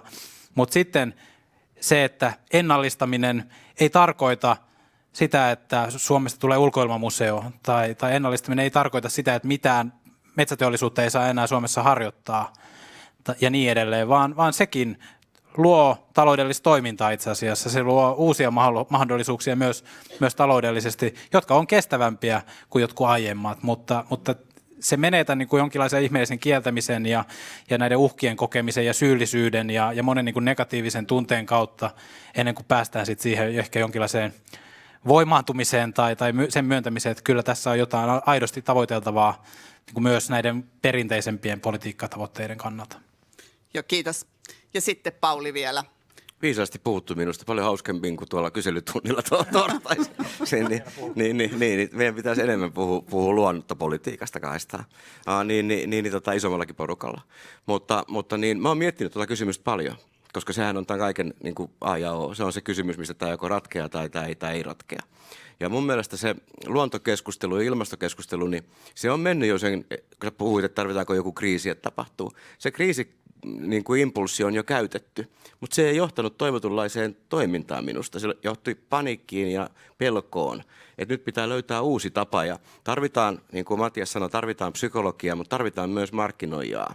Siis nyt puhutaan niin isosta fundamentaalisesta ongelmasta, joka vaikuttaa terveyteen. Oliko se 7 miljoonaa ihmistä kuolee vuodessa saasteisiin WHO mukaan ja muuta. Silloin niin kuin, se on biljoonien arvoinen niin kuin liiketoiminnallisesti. Puhutaan niin isoista asioista, että se pitää pystyä ihmisille kertomaan paremmin. Ei kauhukuvan kautta ja pelottelemalla, joka passivoi, vaan toiminnan kautta. Et siksi kaikissa kouluissa, kun mä käyn puhumassa Itämerestä, niin mä puhun siitä Saimaan norpasta, koska se on helppo ymmärtää, mikä on siinä ollut silloin se hallituksen rooli ja edustajien rooli ja mitä sitten on tehty paikallisesti. Semmoisilla askeleilla. Ja jos me saadaan teiltä parempaa raporttia ja tietoa siitä, selkeää kuvaa siitä, että koska yllätys, vihreä siirtymä maksaa. Se ei tule tapahtumaan ilmaiseksi. Ja luontokadon torjunta maksaa. Niin puhutaan siitä, mitä se maksaa ja pohditaan, miten se sitten jaetaan, kun meillä on se fakta pöydässä. Tosi hyvä. Aivan mielettömän suuret kiitokset teille, kun tulitte meidän kanssa keskustelemaan ja ottaa näitä sparreja täältä.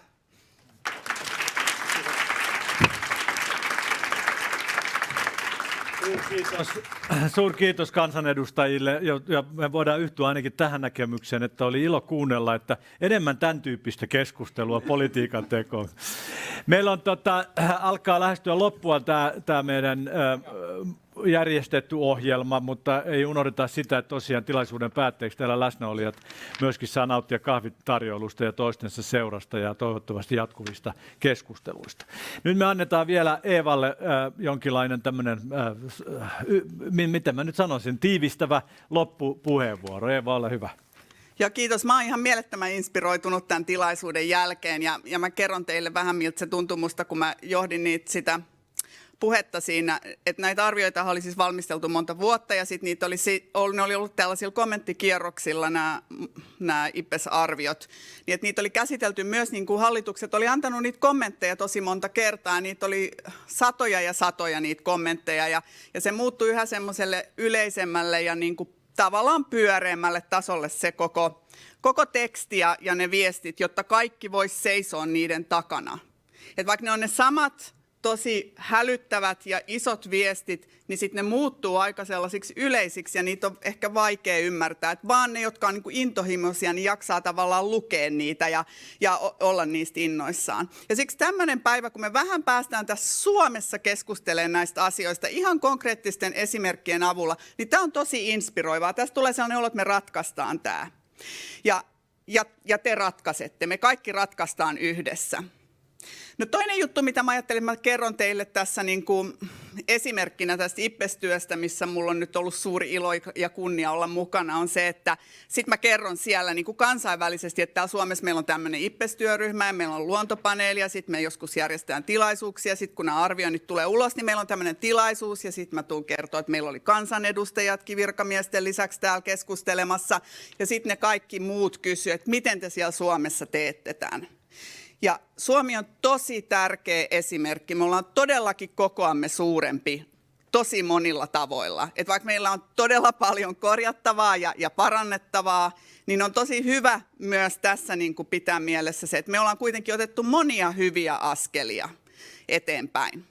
Mutta sitten jos mä ottaisin tästä, niin kuin varsinkin tästä viimeisestä keskustelusta, mutta näistä keskusteluista semmoisen, mitä mä haluan teille niin kuin laittaa mieleen lopuksi, on se, että kun tämä on sellainen asia, mikä pitää tehdä siellä yhteiskunnan kaikissa toiminnoissa, kuluttajien pitää tietenkin muuttaa käyttäytymistä, mutta sitten juuri alkutuotannon ja luonnonvarojen käytön ja erilaisten arvoketjujen, energiajärjestelmän, koko ruokajärjestelmän, nämä on tosi isoja muutoksia.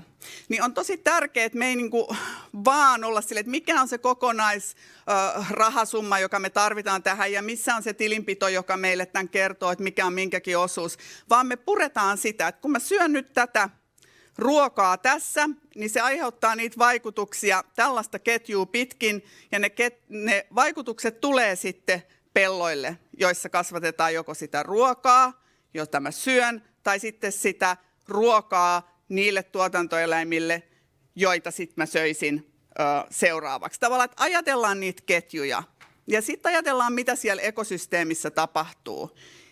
Esimerkiksi maatalouden tai metsätalouden seurauksena tai meidän kaupunkielinympäristeissä. Et ajatellaan näitä ketjuja ja näitä funktioita, vaikka se on hemmetin vaikeaa ja sitä juuri ei pysty kauhean hyvin niin kuin tavallaan tekemään siitä tilinpitoa, mutta me antaudutaan myös vähän sille, että me mietitään sitä vaikutusketjua, niin sitä kautta me ymmärretään, mitä me ollaan tässä tekemässä. Mutta joo, mun pääviesti tietenkin teille kaikille on se, että me tehdään tämä muutos ja tämä kestävyysmurros, me tehdään se yhdessä ja me tarvitaan siinä toisiamme ja mä luotan siihen, että lähdette tekemään sitä meidän kaikkien kanssa. Kiitos tästä tosi hyvästä tilaisuudesta mun puolestani. Ja suurkiitos myös mun puolesta kaikille tietenkin, jotka on järjestänyt tämän tilaisuuden ja soutanut sen kasaan. Mahtavan niin kavalkaadin erilaista ohjelmaa ja sisältöä olitte saanut aikaiseksi. Oikein paljon kiitoksia päteville alustajille, mielenkiintoisille keskustelijoille, hyvin valmistautuneille keskustelijoiden vetäjille ja todellakin myöskin meidän kansanedustajille, jotka ehti tulla sieltä puhemiesvaalin keskeltä sitten tai heti sen jälkeen ymmärsin, niin tänne keskustelemaan. Mä ihan viimeisenä ajatuksena jaan vielä sen, mihin me ollaan kiteytetty Suomen ympäristökeskuksessa meidän viesti. Eli me sanotaan, että me teemme tiedolla toivoa. Ja koitetaan nyt lukea näitä nyt tai näitä raportteja, joita me nyt käsiteltiin, niin myöskin siitä näkökulmasta, että ne eivät niin kuin sisällä pelkkää epätoivoa. Tieto voi lisätä tuskaa, mutta se, jos mikään, antaa myös mahdollisuuden edetä viisaisiin päätöksiin. Et ilman tietoa se päätöksenteko on sitten kuitenkin niin kuin pimeydessä vaeltamista ja sattumavarasta. Tieto lisää sittenkin enemmän toivoa kuin epätoivoa. Näillä sanoilla toivotan teille hyvää päivänjatkoa ja tervetuloa tosiaan tuonne kahvitarjoilulle käytävään ne, jotka täällä on läsnä. Ja kiitos myös sinne linjoille, että olitte meidän kanssa.